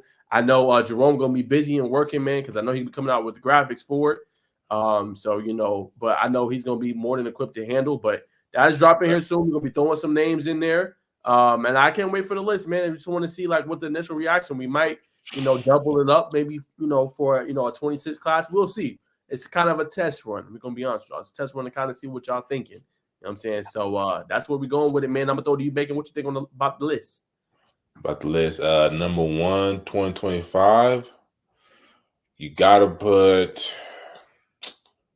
I'm a little offended. I'll say Terry, but you know what I'm saying. You gotta put Elijah Griffin. Elijah Griffin, number 1 for me, standard right now. And 2, I'm gonna do Justice, and then 3, I'm gonna go Zayden Walker. This man already waiting the list. What you mean? This man already waiting. I mean those are just like locks. They're locks. Like 1, 2, 3 in Georgia. I just nobody thought about the list. This man ranking the list already. I be tapped in, bro. I'm like, hold on, I ain't gonna be doing that. Hold on, let me get my names back. Hold on. What you mean? So what are we doing? I mean, no, like this was like to hype it up. Yeah, this like a preview. You know what I'm saying? We might. I mean, I don't disagree with that. You can't get the recipe to the sauce. We want to like kind of get them to think about it a little bit. We ain't gonna go too deep in the list. 25. Yeah. I ain't gonna give him 25 straight, man. We've been here all day. But we're top 3 already. No, top 3. This is my top 3, man. Top 3. Top 3. I know there's gonna be a couple of guys already in that list that we've seen on Sunday. So I'll tell you that I know there's gonna be a couple of guys in there already. I'm hyped for this, man. I think a good idea would be, we're gonna drop it on the podcast and then we're gonna release it on social media right after that. So for everybody there, we're gonna tag all the players we can on there, let everybody see that. So we're gonna do that on the podcast. I think that's gonna be a really cool and fun thing to do. But I'll say this: all our viewers, we got a couple of viewers in here right now. We do appreciate y'all. There's somebody that you think we should have on that list. Let us know, like get in the comment section. We ain't taking no inside views, but this is all inside out. Yeah, let us know who you think on that list, and then on our next podcast, then you could tell us who we got wrong. There you go. Yeah. There you go. That's our little homework assignment for our viewers. Let us know who should be on that list, who shouldn't be on that list, and then when we reveal it, tell us how stupid we are that we didn't pick that other player on that list. So hey, I'm all for it. I love having that respectful banter back and forth. I love it. So yeah, let's do it, man. Let's do it. I'm excited about this. I think this is a cool wrinkle to the podcast and to what we're doing for sure, man. So let's do it. They do it. Do it. All right, we're going to our 3. Man, we. Hey. I gotta pull up the brackets here. Oh, you already got the note. Hey, what up, Alex? Yo. Yeah. Should I be on the list? Hey, what up, bro? Yeah, most definitely. Most definitely, bro. We gonna definitely check you out. I think you slept on, dog. I do. I mean, I know you're gonna be the lead receiver for them next year. I'll tell you, this is your number one supporter right here. This guy. Hey, no doubt, bro. Yeah, no doubt, bro. I'm always trying to look out, man. Hey, that's why I do all the articles on you, man. So appreciate you tuning in. We're definitely gonna keep you in mind. I don't know with them two. They might be like, I think this receiver better. But you definitely gonna get. We got to look at the list. Don't worry. I like Alex Sanchez. I said we got to look at the list, but I like Alex Sanchez. Yes, sir. All right, let's get to it, my boys. What we got, Bacon? Man, we're gonna start off on the left side of the bracket, man. For the 3-man, we've started. We're talking 7A basketball right now. We don't think we got time to go 6-5-4. So we're gonna talk about the upper echelon of the GSA basketball spectrum. We got Brookwood versus Valdosta. I'm kind of running through y'all. Kind of stop me if y'all think I'm wrong. If y'all want to add y'all tidbits, Brookwood versus Valdosta. I think this is Brookwood's game to lose. I don't know too much about the Valdosta basketball, but historically, when the South Georgia teams come up and play the North Atlanta schools, it doesn't bode well for them. Second, we got Marietta versus Campbell. This is I'm gonna go Campbell here. I know y'all up on the north end. Y'all believe in Marietta. We haven't heard too much from them since London Johnson graduated or left. Don't know too much. We're gonna lean in favor of Campbell. Now up next, this is one I think it's gonna be Berkmar versus Lambert. I think this is Berkmar's game. What you think, Nash? Nah. I think that's gonna be an intriguing matchup. I think Lambert got some players out there. I'm trying to make sure I'm right. I think they got Cameron Bland. Am I not tripping? I think that's what he got. He's been having a good basketball season. He's real good in football. I think that's going to be an intriguing matchup. Berkmar, like I said, they don't have any Cook anymore, but it's been having a strong year. I know Norcross was able to pick up some wins against them, but they got one of the best big men in the country, Mekhi Ragland. So I think that's going to be a good test for them. I know, as I said on other podcasts, I thought it was a state championship contender in 7A along with the others. So I think it's a good first round matchup, man. It might be electric. And last year, Berkmar pulled off a couple upsets as well early on in the early rounds, knocking out some teams. So stay tuned for that as well in the first round. Watch out for some upsets.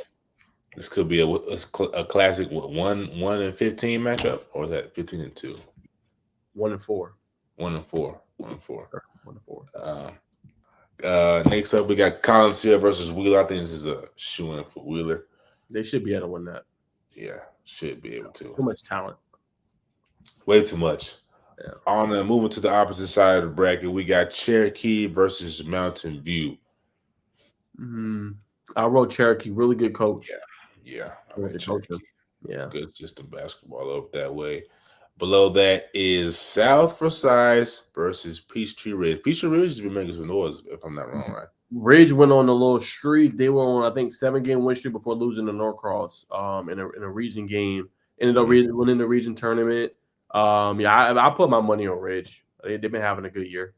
Easy. Yeah. Next one's a little interesting, a little more interesting than that. Carrollton versus Hillgrove. Hillgrove, they've been doing some things.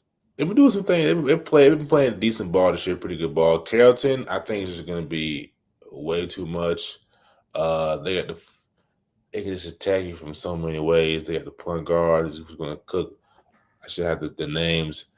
They got a couple shooters, and they got a lot of guards who can score. I'll put it like that. They got a lot of guards who can come at you from different places, kind of break your defense down, who can not only just shoot the ball, but they put the ball on the floor. Nice little dribble drive offense Carrollton has going on. They got a shooter who can knock shots down. But what's going to be big for them, I think they're going to be able to control the glass versus Hillgrove.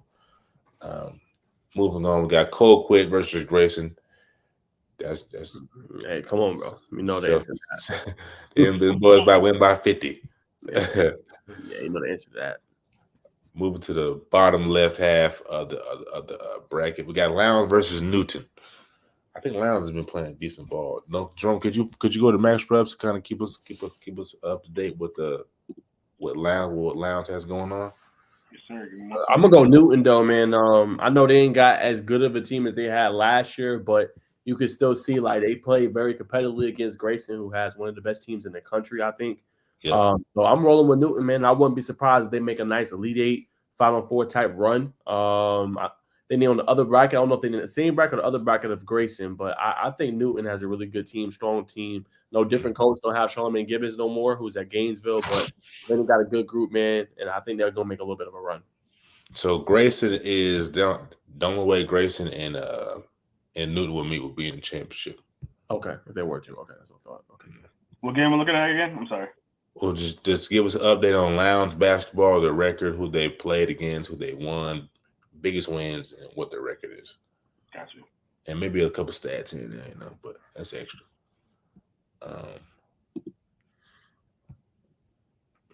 This next one's a real athletic game. Got Westlake versus McEachern. I think it's McEachern all the way. But it's gonna be a fun game. You got Juan. I hope I'm saying it right. Juan Gaston, right?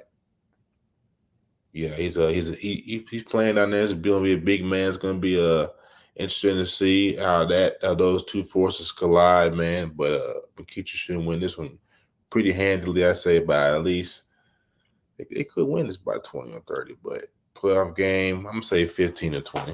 15 to 20. That's gonna be my spread. But McEachern, I think they're definitely gonna unlock Newton all during that same kind of bracket. So if Newton were to beat Lowndes, they would play McEachern in the round of 32, I believe. So that's probably where the road is going to end for Newton. Next up, West Forsyth versus Norcross Nods. What do you think? Are your Blue Devils going to get past West Forsyth? That's a tough one, man. West Forsyth, as I talked about it earlier, they kind of faltered towards the end of the regular season. Kind of surprising what Sam Maynard, Will Moore, Marshall Commit. They got some really good pieces, man. They can shoot. They got a really good coach too, man. I would go with just the Norcross had a kind of trying year, I think, in my opinion. Just with so much young talent that they have. Besides Toby Ajoku was their leading senior. But I definitely think I'm gonna roll with Norcross home game. I think they're gonna be able to get the crowd and the audience there and be able to get them kind of raucous and going. And I think Coach Mack's a Hall of Fame coach, man. I think he's going to be able to make the adjustments necessary to get them on to the next round. Norcross don't really go out in the first round usually. That's going to suck for some of the seniors, specifically for West Forsyth, but I think it's just a tough matchup. But I'll roll with Norcross. Most definitely. I concur, brother. Next round, next group, 5 and 8. 5-8 seed, Osborne being the 5, Buford being the 8. That's tough. I mean, I don't even is Kai Fleming back or is he still hurt with the torn meniscus?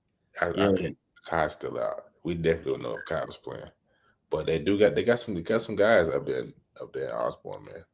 Yeah, no, they do. They got some kids that can hoop, but for me, he's one of the big key factors, especially because he just go bucket getter. You know what I'm saying? He go get your bucket. But yeah, I'm a roll Buford, man. At home. Them not having their best player, I think that's going to be a lot. They got some dogs, don't get me wrong, but not having a Kai, I think, says a lot because you just got somebody that the defense has to account for. Obviously other guys been eating, but that's somebody you're going to focus on, you're going to watch film on, you're going to try to stop him, and that opens up other buckets for other people. So I'm going to roll with Buford. I'm gonna split hairs with you, man. I'm gonna take Osborne, man. You brought up the fact that they've been playing without a Kai Fleming, but they've been playing without a Kai for a while now, man. That's true. They've been doing their thing. Now they are playing below 500, playing 9-18 ball. Yeah, that's not being Buford. Yeah, so maybe that's not the best. Let's see what they're doing.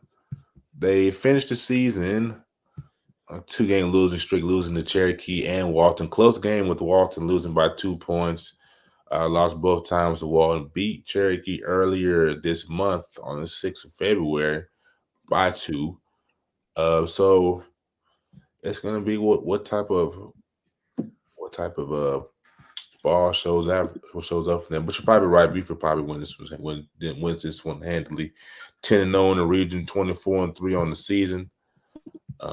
So you're probably right there, brother. But prove me wrong, guys. Prove me right.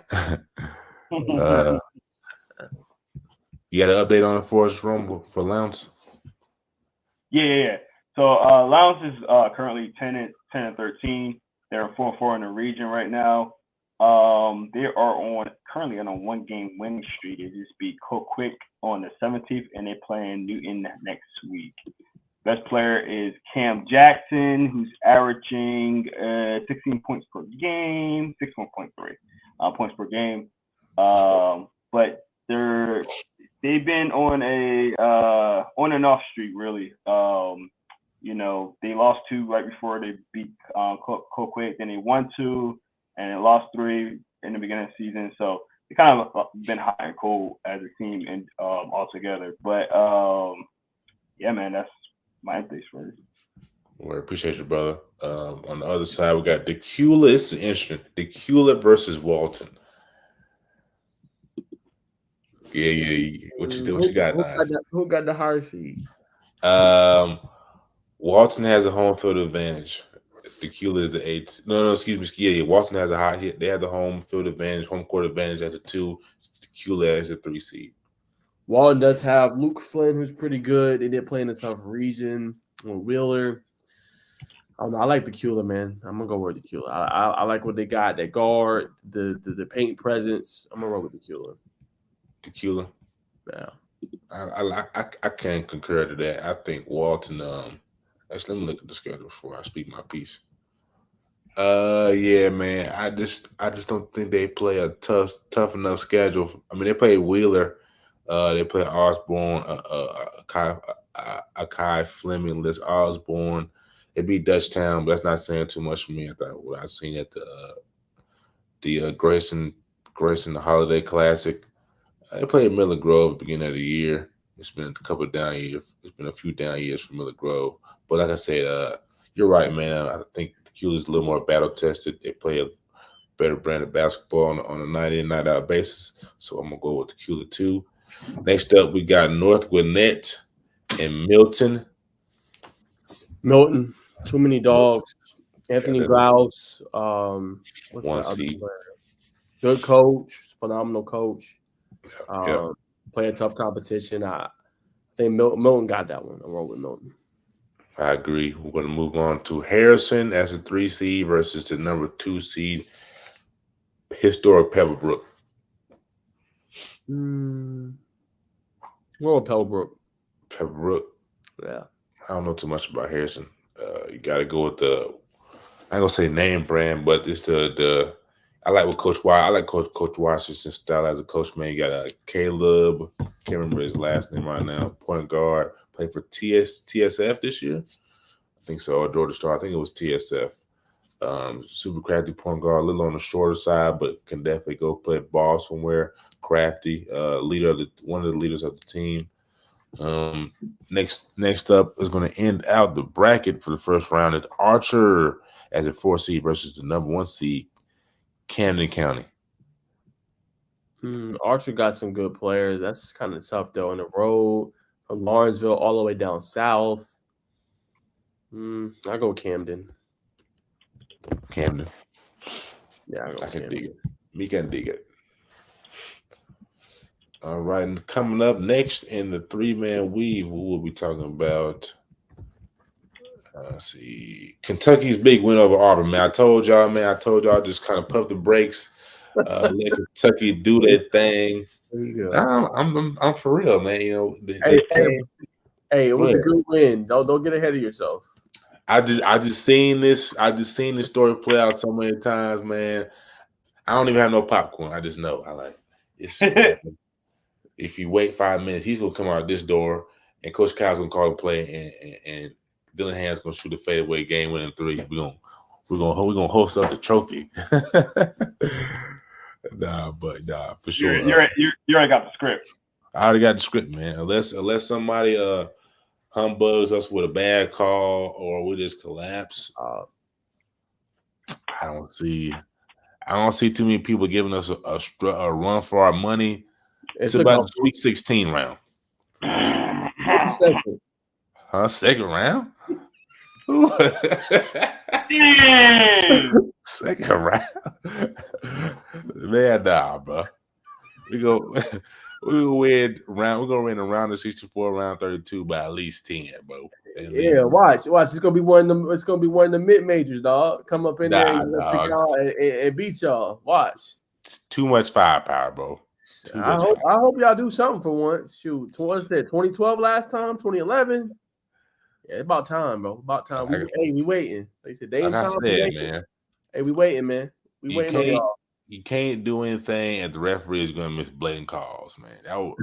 That was supposed to be our year, man. And I think everybody you sound like a Cowboys fan right now. God. Listen, like I said last week, you cannot miss a shot clock violation at the biggest stage. You cannot miss. It's gonna be Duke versus Kentucky. That was gonna be one of the most watched. It would have been. It would have been. That's what the world wanted, man. I don't disagree, but now good one on the road, man. Shout out to Antonio Reeves, 22 points, 5 boards in that game. Also, a dude, Thero, with 14 points and 8 rebounds in the game, man. It was a good win. Yes, sir. Yeah, that was a hostile environment. So shout out to y'all, but y'all still not hanging with the UConns and the Houstons and the world. I ain't gonna say nothing to you, but UConn go spank it. Let's be honest. Belt to you know what. That's all I'm gonna say. Belt to you know what. Sound good, brother. Houston too. Purdue. I don't think I got a chance against them. Now the other ones. We're too fast for Purdue. Houston.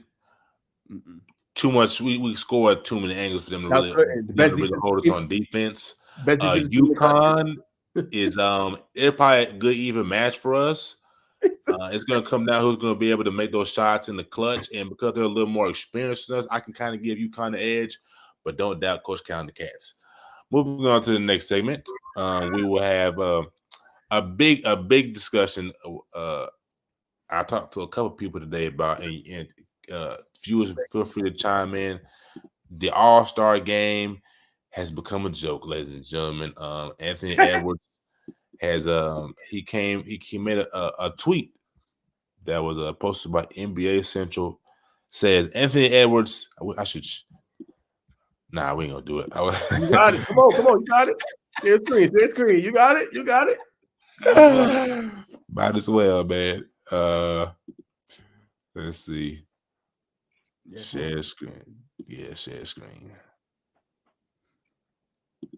Come on, big dog. You got it. We got you. Yeah. We got you. I got you, fellas. I got you. There we go. Am I sharing? Nope. Chrome has lost permission to capture screen to fix it. Yeah, I got to do too much. The reason why I kind of slows me down, I have to open up StreamYard on Google Chrome, but that's not what the people want here. Anyway. Put the link in the chat. I'll do it. All right, bet. We got work on the fly here, man. This is live TV, you know. Live TV, yeah. Here we go. I got y'all. Bada boom, bada bing, bada boom. We already there. Jerome got us. But while he's pulling that up, I kind of read it. Never mind. I let it launch. You got it. Oh, boom. Oh, there you go. So Anthony Edwards says the All-Star game is considered a break and not viewed as competitive. For me, it is an All-Star game, so I don't think I will ever look at it being super competitive. It's always fun. I don't know what they can do to make it more competitive. It's always fun, but I don't know what they can do to make it more competitive. It is a break. I don't think nobody wants to come here and compete. So, I mean, if y'all had to say, I mean, like, Anthony Edwards is probably, like, as far as mentality-wise, he's probably like, you know, a Kobe, MJ kind of mix as far as his mentality and how he takes, you know, the court on. A lot of players just don't care. A lot of players don't have the mentality. So I think that's not a good sign, especially having one of your top talents in the league, potentially one of the faces of the league saying this.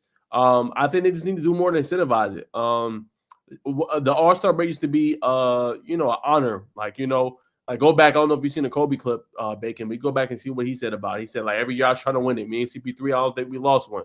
Like, he took real pride in it. I don't want to, like, reward bad behavior, but at the same time, you have to help the product. And I think there's two ways you can do it.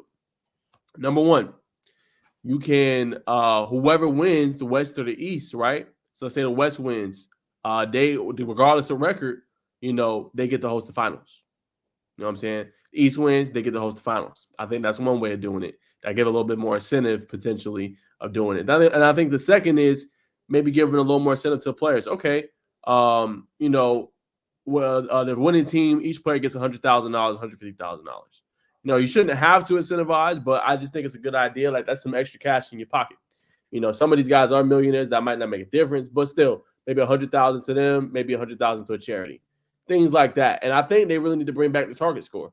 I don't like the Quarters never did. If you go back and look a couple years ago, target score, it was real hype. The All-Star game was going back and forth. It was competing at the end. It was a real competitive game. I think they should go back to that format. That's my thoughts on how to fix it. Those are my three things. Yeah, man. Go ahead, Ron. I'm sorry. It's just like the Pro Bowl, though. Like the NFL Pro Bowl, it's the same exact thing, man. And I think at least NBA, it's like in the middle of the season, so like there's still something to play for, things like that. I think that could be a blessing and a curse with that, though, because guys don't want to get hurt either. You get what I'm saying? So a lot of them are gonna go 100%. Nobody wants to get hurt in the middle of the season. I get that. It's like the NFL, the NFL, at least this in the off season. But it's like when you're doing the off season too, it's like, all right, well, the season's over. We're not in the Super Bowl. Why are we out here? We're on a vacation, basically. And I think I know there's other reasons why they took it out of Hawaii, but I think that was a huge reason why they took it out of Hawaii, because like we're on vacation. Like we just got done the season. Like who's playing for real? So it's gonna be it's hard to say All-Star game they can get the full love of the game anymore out of them. A lot of these guys are buddies and friends, and they get to see each other through in the middle of the season after having these vigorous seasons where you have to train every day, and there's 83 games in NBA, so it's a lot to it. So I don't blame him, because it's the product of what NBA is putting out there, and he's just the one that's telling the truth. I mean, it's hard to really picture all in something where you're even if you get money for it, it's like, yeah, you're giving us money for it, but you're not giving us a lot. One, and two, it's like, who wants to get injured? So then, like, that messes up contract and this and that. So I don't hate what he said. I just hope the NBA kind of take this to account in a sense. No, you're exactly right, but I kind of agree with you, man. I kind of see where they're coming from. Nobody's trying to get relaxed and get hurt, but you don't want to push the Adam Silver's hand and be like, all right, we're not gonna do the All-Star, or kind of water it down, but nobody really kind of gets it for the All-Star game anymore. This is, high school kids and younger, maybe some college kids. I know me and my friends probably watched this, had it on the background when I was in school. But anyway, I think you got to do something just for the older fans who kind of like, man, I'm kind of watching basketball for the technicality, not just for the alley-oop dunks and the 50-foot three that like Dame hit on Saturday, which was phenomenal, or Sunday. But I was listening to, I think it was Steven there. He kind of put it on LeBron's shoulders, mainly talking about the dunk contest. He didn't get in. He was the first big superstar to kind of not get it, even after he said on camera that he was. So that kind of made a lot of the young guys like, we can just chill. But I think they got to do some point incentivizes. I mean, the point cap, that's a good one. That's a good one. At the end of the day, it's going to take leadership from the older players to be like, hey guys, we gotta give the fans a better product. Kind of carry on what the exactly let it show what the older generation has done to kind of keep us having this motion, because it's kind of like a second gala, a second ESPYs, watered down ESPYs, if you will. A lot of stars come out. They got celebrities, guys, Kevin Hart. At the table with Kenny and the crew, or Kenny, Shaq, and Ernie, Draymond, also with Taylor Rooks. So man, I just think the only thing it's missing is a good All-Star game. And of course, we would like to see the dunk contest. A lot of people talking about the skills competition. Everybody's trying to be cool. But honestly, if you, in my opinion, as a fan who's watching for a long time, you fix the All-Star game and get a couple more big name dunkers. Don't have to be the elite superstars. It would be nice, but fix those two. I think we're I think we got the ball rolling again, but definitely fix the All-Star game. Hey, think about this for the dunk contest, right? Instead of getting NBA players, right, get some of the top dunkers around the country. Yeah, I did. I did hear get that. them an opportunity and get them a chance to win $250,000. Yeah, you know what I'm saying? I think that'll bring more hype because they gonna take it more. Huh? I said, "What? Nah, you trying to get out there?"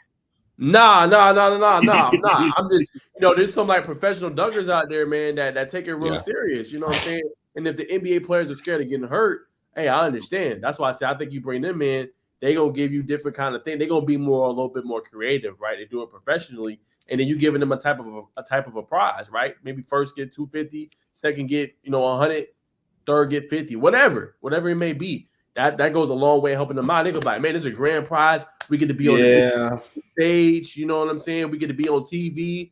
Come on, bro. Who not gonna love that?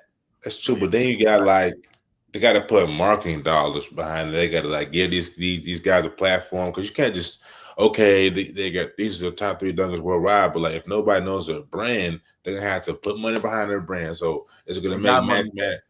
Yeah, they got money, but does it make sense to the guys in the upper rooms? Of course, you know what I'm saying. They put on a little show nationally around the world. I think people will watch it and I think it'll be good. But it's just up to the NBA guys if they want to invest money into people's brands when they're already investing money into the players' brand, which is the guys who should be in the dunk contest. I like it, but we got to see. Yeah, I don't know. Hey, like I said, it's a kind of a pipe dream, low key, but I think it'd be cool just for the entertainment value. Yeah, I think exactly. And I think it'll be all over the place. TikTok, Instagram, it's gonna be everywhere. So I think that'd be dope. But you're right though, you got to put marketing dollars behind it. And like you said, it does got to make sense. But I think it would be so much better, so much more hype around the product. Get Shaq in there like how he was out there before. Get the NBA players to promote it as well. All that has to kind of come together for it to kind of match. Again, it is a pipe dream, but I think it'd be cool. I think at the end of the day, the players really do enjoy the All-Star weekend because it gives them a break. It's fun. Like I said, they get to be around other players and stuff like that. So, the mindset is kind of, like I said, it's kind of what the NBA is going to give it because, to take away the dunk contest from them, I don't think they will like that, to be honest. I think they enjoy it. Even if they're not in it, they enjoy seeing their guys on the dunk contest and, going against each other and just having fun. It's just a good atmosphere. And, with an All-Star game, you bring in it, like you said, you have all these celebrities and different NBA players and stuff like that. You want to show off and have fun, you know what I mean? And then they have the celebrity All-Star game beforehand and stuff like that. I think that's just fun. So I think altogether, it just it's kind of hard to say we're gonna make this a competitive thing because all the spectacles behind it and before it anyway, it's all fun and games anyway. So I don't know. We got a comment right here. My name is Jaquavion Shard. I'm an upcoming prospect, class 2028. Great sensation. 8th grade sensation. We're gonna check you out, man. Jaquavion Shard. Let me take a picture of this so I don't forget. Hey brother, DM one of us on Instagram or Twitter and send us some tape, man. We'll look at your tape and we'll give it some shine. For sure. Gotta be nice though. You gotta be nice. I want to know fun stuff, man.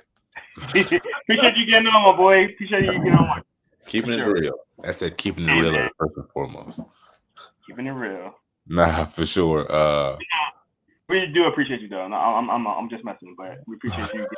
Show us what you got, man. Show us what you got. Maybe we can give you some tips or something, This man crazy. All right, what else we got, guys? So we're gonna transition to I'm gonna let Naj bring this in. First and foremost, change the lives, man. So kind of give us what's our Instagram. All right there, my boy. Right there. All right there. Yes, sir. Appreciate you.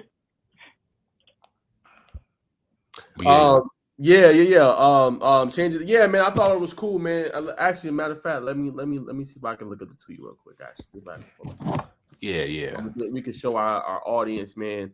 It's just what we able to do. I think it's super cool. giving people a platform. I know I didn't get to talk to the guy y'all talked to, Marcus, but it seemed like a real cerebral guy from what I heard. Man, he's next up, bro. Yeah, man, just being able to give people just these platforms, man, I think is super cool. Not all media does it because, a lot of media think of each other as competition.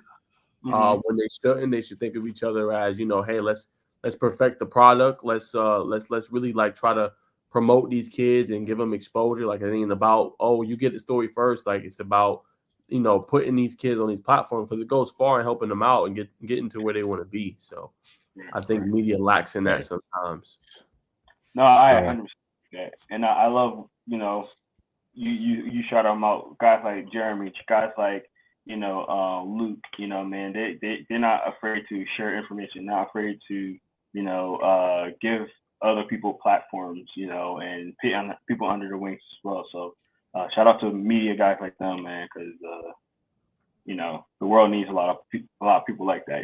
Like you say, it's not always just about competition. It's about sharing knowledge, sharing information, letting that next wave of people come in too. So I like it. No doubt. I don't see it. Maybe he deleted it, but he did do a post so basically Greenlight Media, who we had on, he was like, what did he say? I'm trying to go back to it. He was like, podcast coming out Tuesday. You know what I'm saying? He did like an eye emoji, I think a question mark. So I just think that was cool. I mean, he teased it. He probably wanted to see like what his feedback was going to be on it. But I just think that was super cool because that just goes to show like, I won't say we took him out of his shell, but he had thought about it. But just the fact of him thinking even more and maybe potentially doing it is big. And he said he never had been on a podcast before. We was his first one. So I just think that was dope, man, for him. And I think that was just dope in general, in my humble opinion. And, it was him. It was Coach Daniels who was thinking about doing a podcast. So I just think us having the platform. Yeah, there it is. Oh, he posted on his regular account. Yeah, I could not find that. There it is. First ATL Greenlight podcast coming Friday. Thank you, Bacon. So like stuff like that, y'all, appreciate that. Stuff like that, y'all, is just it warms you, man. It warms your heart, man. I think that's just super cool, man. Just what we able to do. And like I said, Bacon, Jerome, all of them do good at getting guests on. And I think we need to continue to do that. Like other media out there, sometimes you'll be able to see them, you know what I'm saying, on their platforms. But then a lot of them, like I didn't even know what he looked like until, he came on. You know what I'm saying? I didn't know what, a couple other media members looked like before they came on. But giving them that platform, because I think that's really important. It's good to have your brand, but then sometimes you got to put the face to the brand. And that's what really gets you to that next level, man. So I thought that was super cool, man. And shout out to him. I hope it goes well. And I hope he can get. I know he's gonna have to follow him for it. 100%. No, we're gonna tap in for you, little man. We got you, bro. Appreciate you tuning in. And hey, keep working hard, bro, boy. Keep working hard. For sure. All right, we got anything else? Where are we this week, gentlemen? Starting with you, Jerome. This week, I just got invited to. Hold on, let me get the name of it before I mess it up. And if you guys want to come, let me know. I should get you guys in it. Hold on. Excuse me. I just got told about this today, so I forgot the name of it.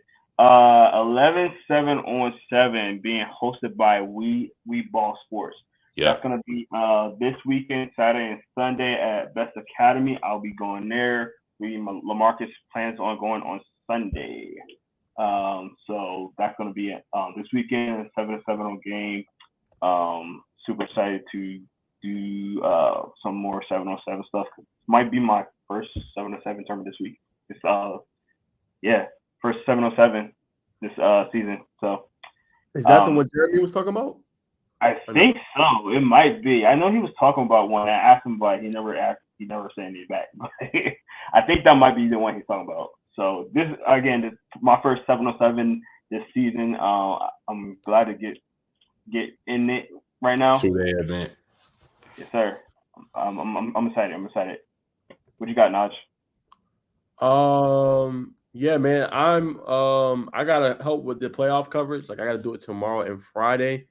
With like roundouts and recaps for scores. So that's what I got. I wanted to hit OTE with Bacon, but I'm gonna have to see. I don't know if he's able to do Thursday, and then I kind of got another engagement, so I might have to yeah, I might have to tap in with OTE next week. But I want to get out there for the playoffs for sure because OTE's next level. You got to sign up too, Jerome.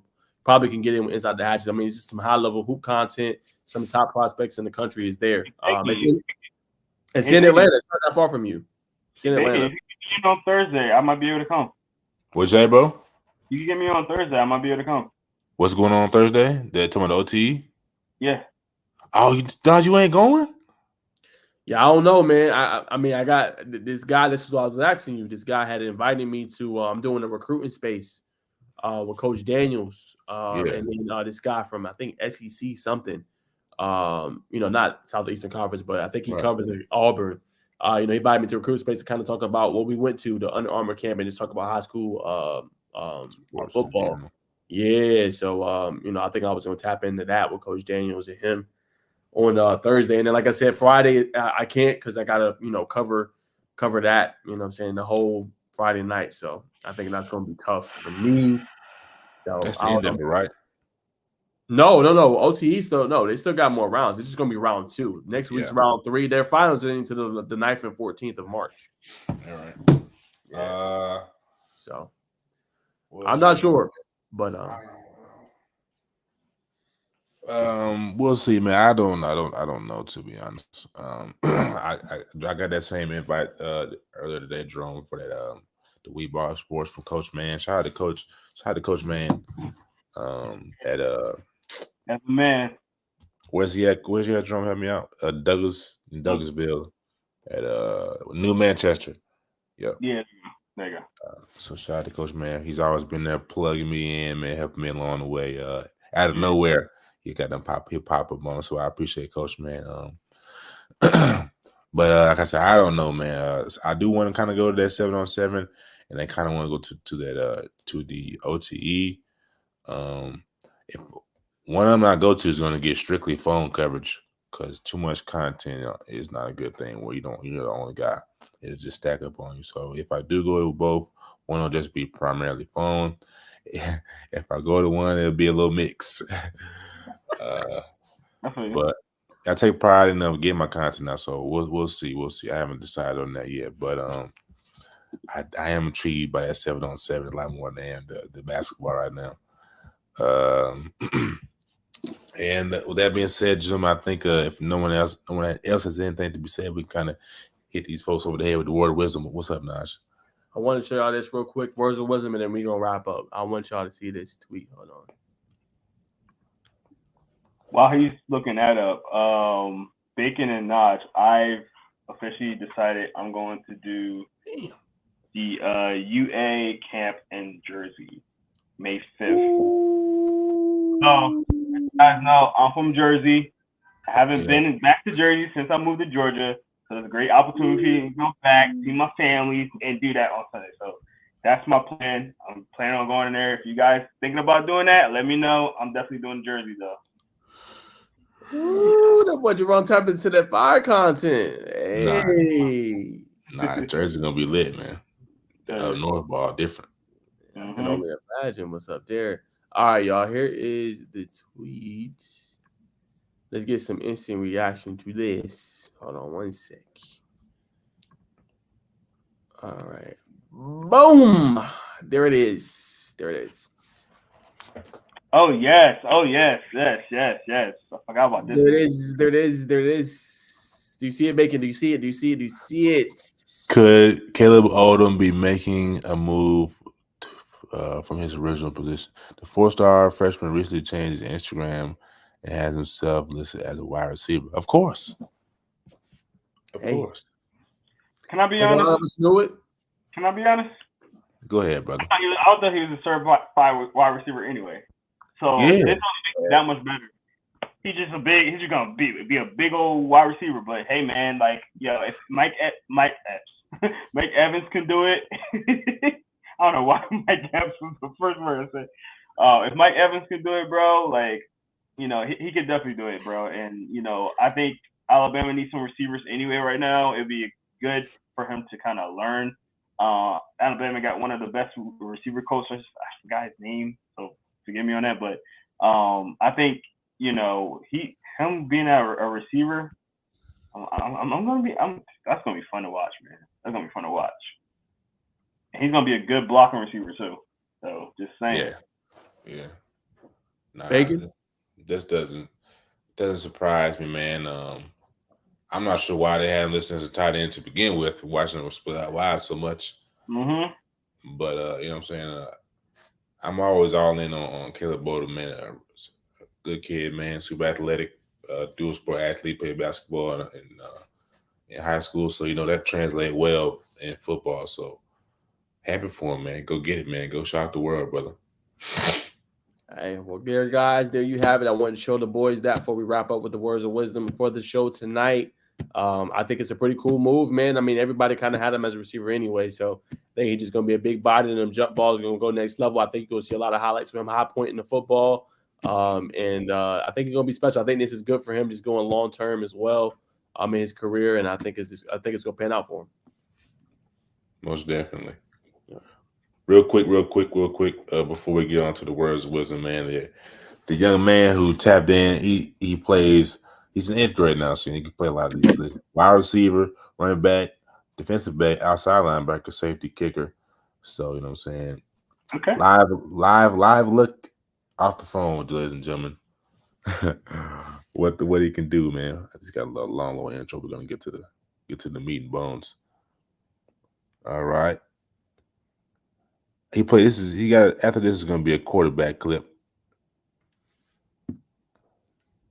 Live look, brother. You know what I'm saying? Only for the kids, man. All for the kids. Okay. He's definitely a bigger body. One of those kids that are definitely bigger than their body, dominant, but he's got some skill to him. Lining up out wide, beat some deep downfield. He can play the game. Okay. He can play the game now. Definitely. We'll do one more after this. Got some good instincts. Arrow pointed off camera, a little screen. What's it gonna do with it? Oh, Mason miss. Yeah, he can play. Okay. He can play. Hey. And for everybody watching, the young man's name is Jaquarion Shard. Jaquavion Sherd. I'm an upcoming prospect when it comes to my collegiate goals and my aspirations. I'm determined to both excel on and off the field. I believe my strong work ethic, leadership skills, and dedication to continuous improvement, I will be the next prodigy out of the class of 2028. In terms of character, athletics, and academics, what sets me apart is my ability to balance all three aspects effectively. I strive to be a positive influence on and off the field. I always push myself to be the best version of myself. I believe that my commitment to excellence in all areas of my life makes me a unique and valuable recruit. I hope you're having a great day. Yes, sir. I'm locked in. Let's go, bro. Yes, sir. Instagram, go get plugged in, y'all. B33 in heaven. So having it. So following already. Not even in high school, got 3,317 followers. So that says a lot, man. Go check them out. If you're wondering, that is in Spanish. That is for followers. Seguidores is followers. So just want to let you know. Yeah. Oh. For sure, man. I was going to say what's going on with the words, man. It's in Spanish, but y'all get the gist. Yeah. For sure, man. So we'll switch over to the Keep balling, man. What wisdom you got for us, Jerome? I didn't plan it this week, but so I'm gonna go off the cusp, man. Words of wisdom. Keep the people that are beneficial, not only to not really just to the outside material stuff, but good for the soul. You know what I mean? Like, keep those people around. Keep the people that, gonna help your soul, help your mind, help you get to that next level. And that don't mean like keep people just to use them. That means like keep them around so y'all can manifest with each other, help each other out, and the people that are pouring into you, pour back into them and some type of way. You can pour into other people, not, they can have tons of other stuff already. There's other ways you can pour into people. Your kindness. You can pour into people just by being kind back to somebody. You know, respecting them, showing love. That's way you can pour back into people. So I'll say keep great people around you. You know, don't just be for the people. Don't just have people around just to be around and, you know, do your thing. So appreciate that. One more thing. Yeah, what's going on, Big Willie? We got to get Will on the show, man. Hey, he did say you gotta tap in. Appreciate you tapping in, boy. Appreciate it. Yeah, much love. What you got, Bacon? My words of wisdom today is be even keel, man. Don't get too high, too low. Success comes, and you know, sometimes after success, a down slope comes. But if you stay even keel, none of that's gonna matter.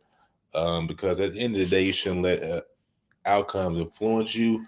Too tough. I talked about it last week about emotional intelligence. So just even keel and keep pressing on, no matter if it's negative or positive. I always take it as a lesson.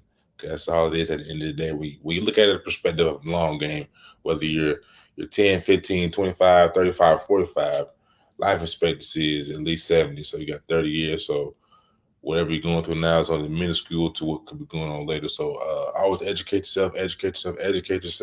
Research. The earlier you do it, the better it is. It's going to be long term. So that's what I got, man. What you got for us? And I'll say this, man. Always and check on your people, man. Check on your people. Make sure they good, man. People smiling every day. They ain't feeling good on the inside, man. So check on the people you care about. Tell people you love them, man. I gotta do a better job with that. But that's what I got. No, 100%. Who was the one that said it? I don't take losses. Rod Wave. I'm just going. I'm dead. Anyway, it wasn't him. But go ahead. Yeah, for me, man, I think the biggest thing, man, do not get too attached to people, man. I know that might get a little people different kind of ways, man, but I think it's true, man. I'm not even just talking about relationships, I'm just talking about in general, right? Obviously, have your friendships, right? Have your good relationships, but don't get too attached, man. Just life is an ever evolving thing. And you know, people change, people come, people go. Just remain your same self. But yeah, I think that's the biggest thing I've been learning to continue to get older. Just don't get too attached. Have that good friendship, as Bacon said, checking on people, see how they're doing.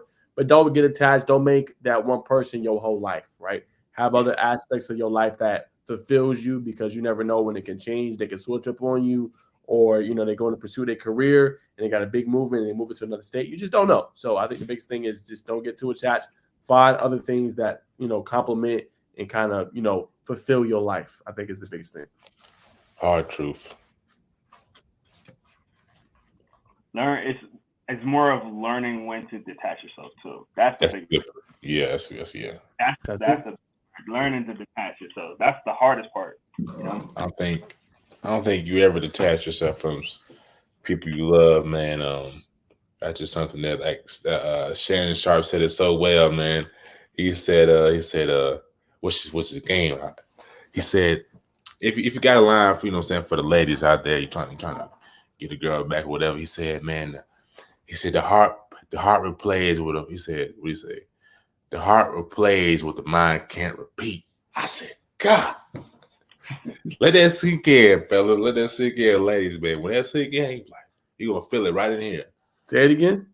The heart replays what the mind can't repeat. It just hit him. You heard that? It just hit him. That's profound, brother. That's profound. Right there. But you know, we're not gonna get too deep, too mushy, man. But yeah, we appreciate y'all tuning in on this Tuesday evening, late evening, turns into night, man. Was funny. What do you say? Well, funny. Hey, be like, hey, it's just the added thing, brother. It's just the added thing. It's a little Parmesan cheese sprinkled across the spaghetti. But man, we appreciate y'all tuning in, man. I'm Bacon. Those are the other guys. I'm just playing those. That's just Jerome. That's Nigel Wilkins. I just play. These are my boys. But oh man. This has been another classic episode, man. Thank y'all for tuning in. Same time, same bat station. Next Tuesday, YouTube Live, Twitter Live, IG Live, First and Foremost podcast. And ladies and gentlemen, this is First and Foremost. We're not just give you the spiel.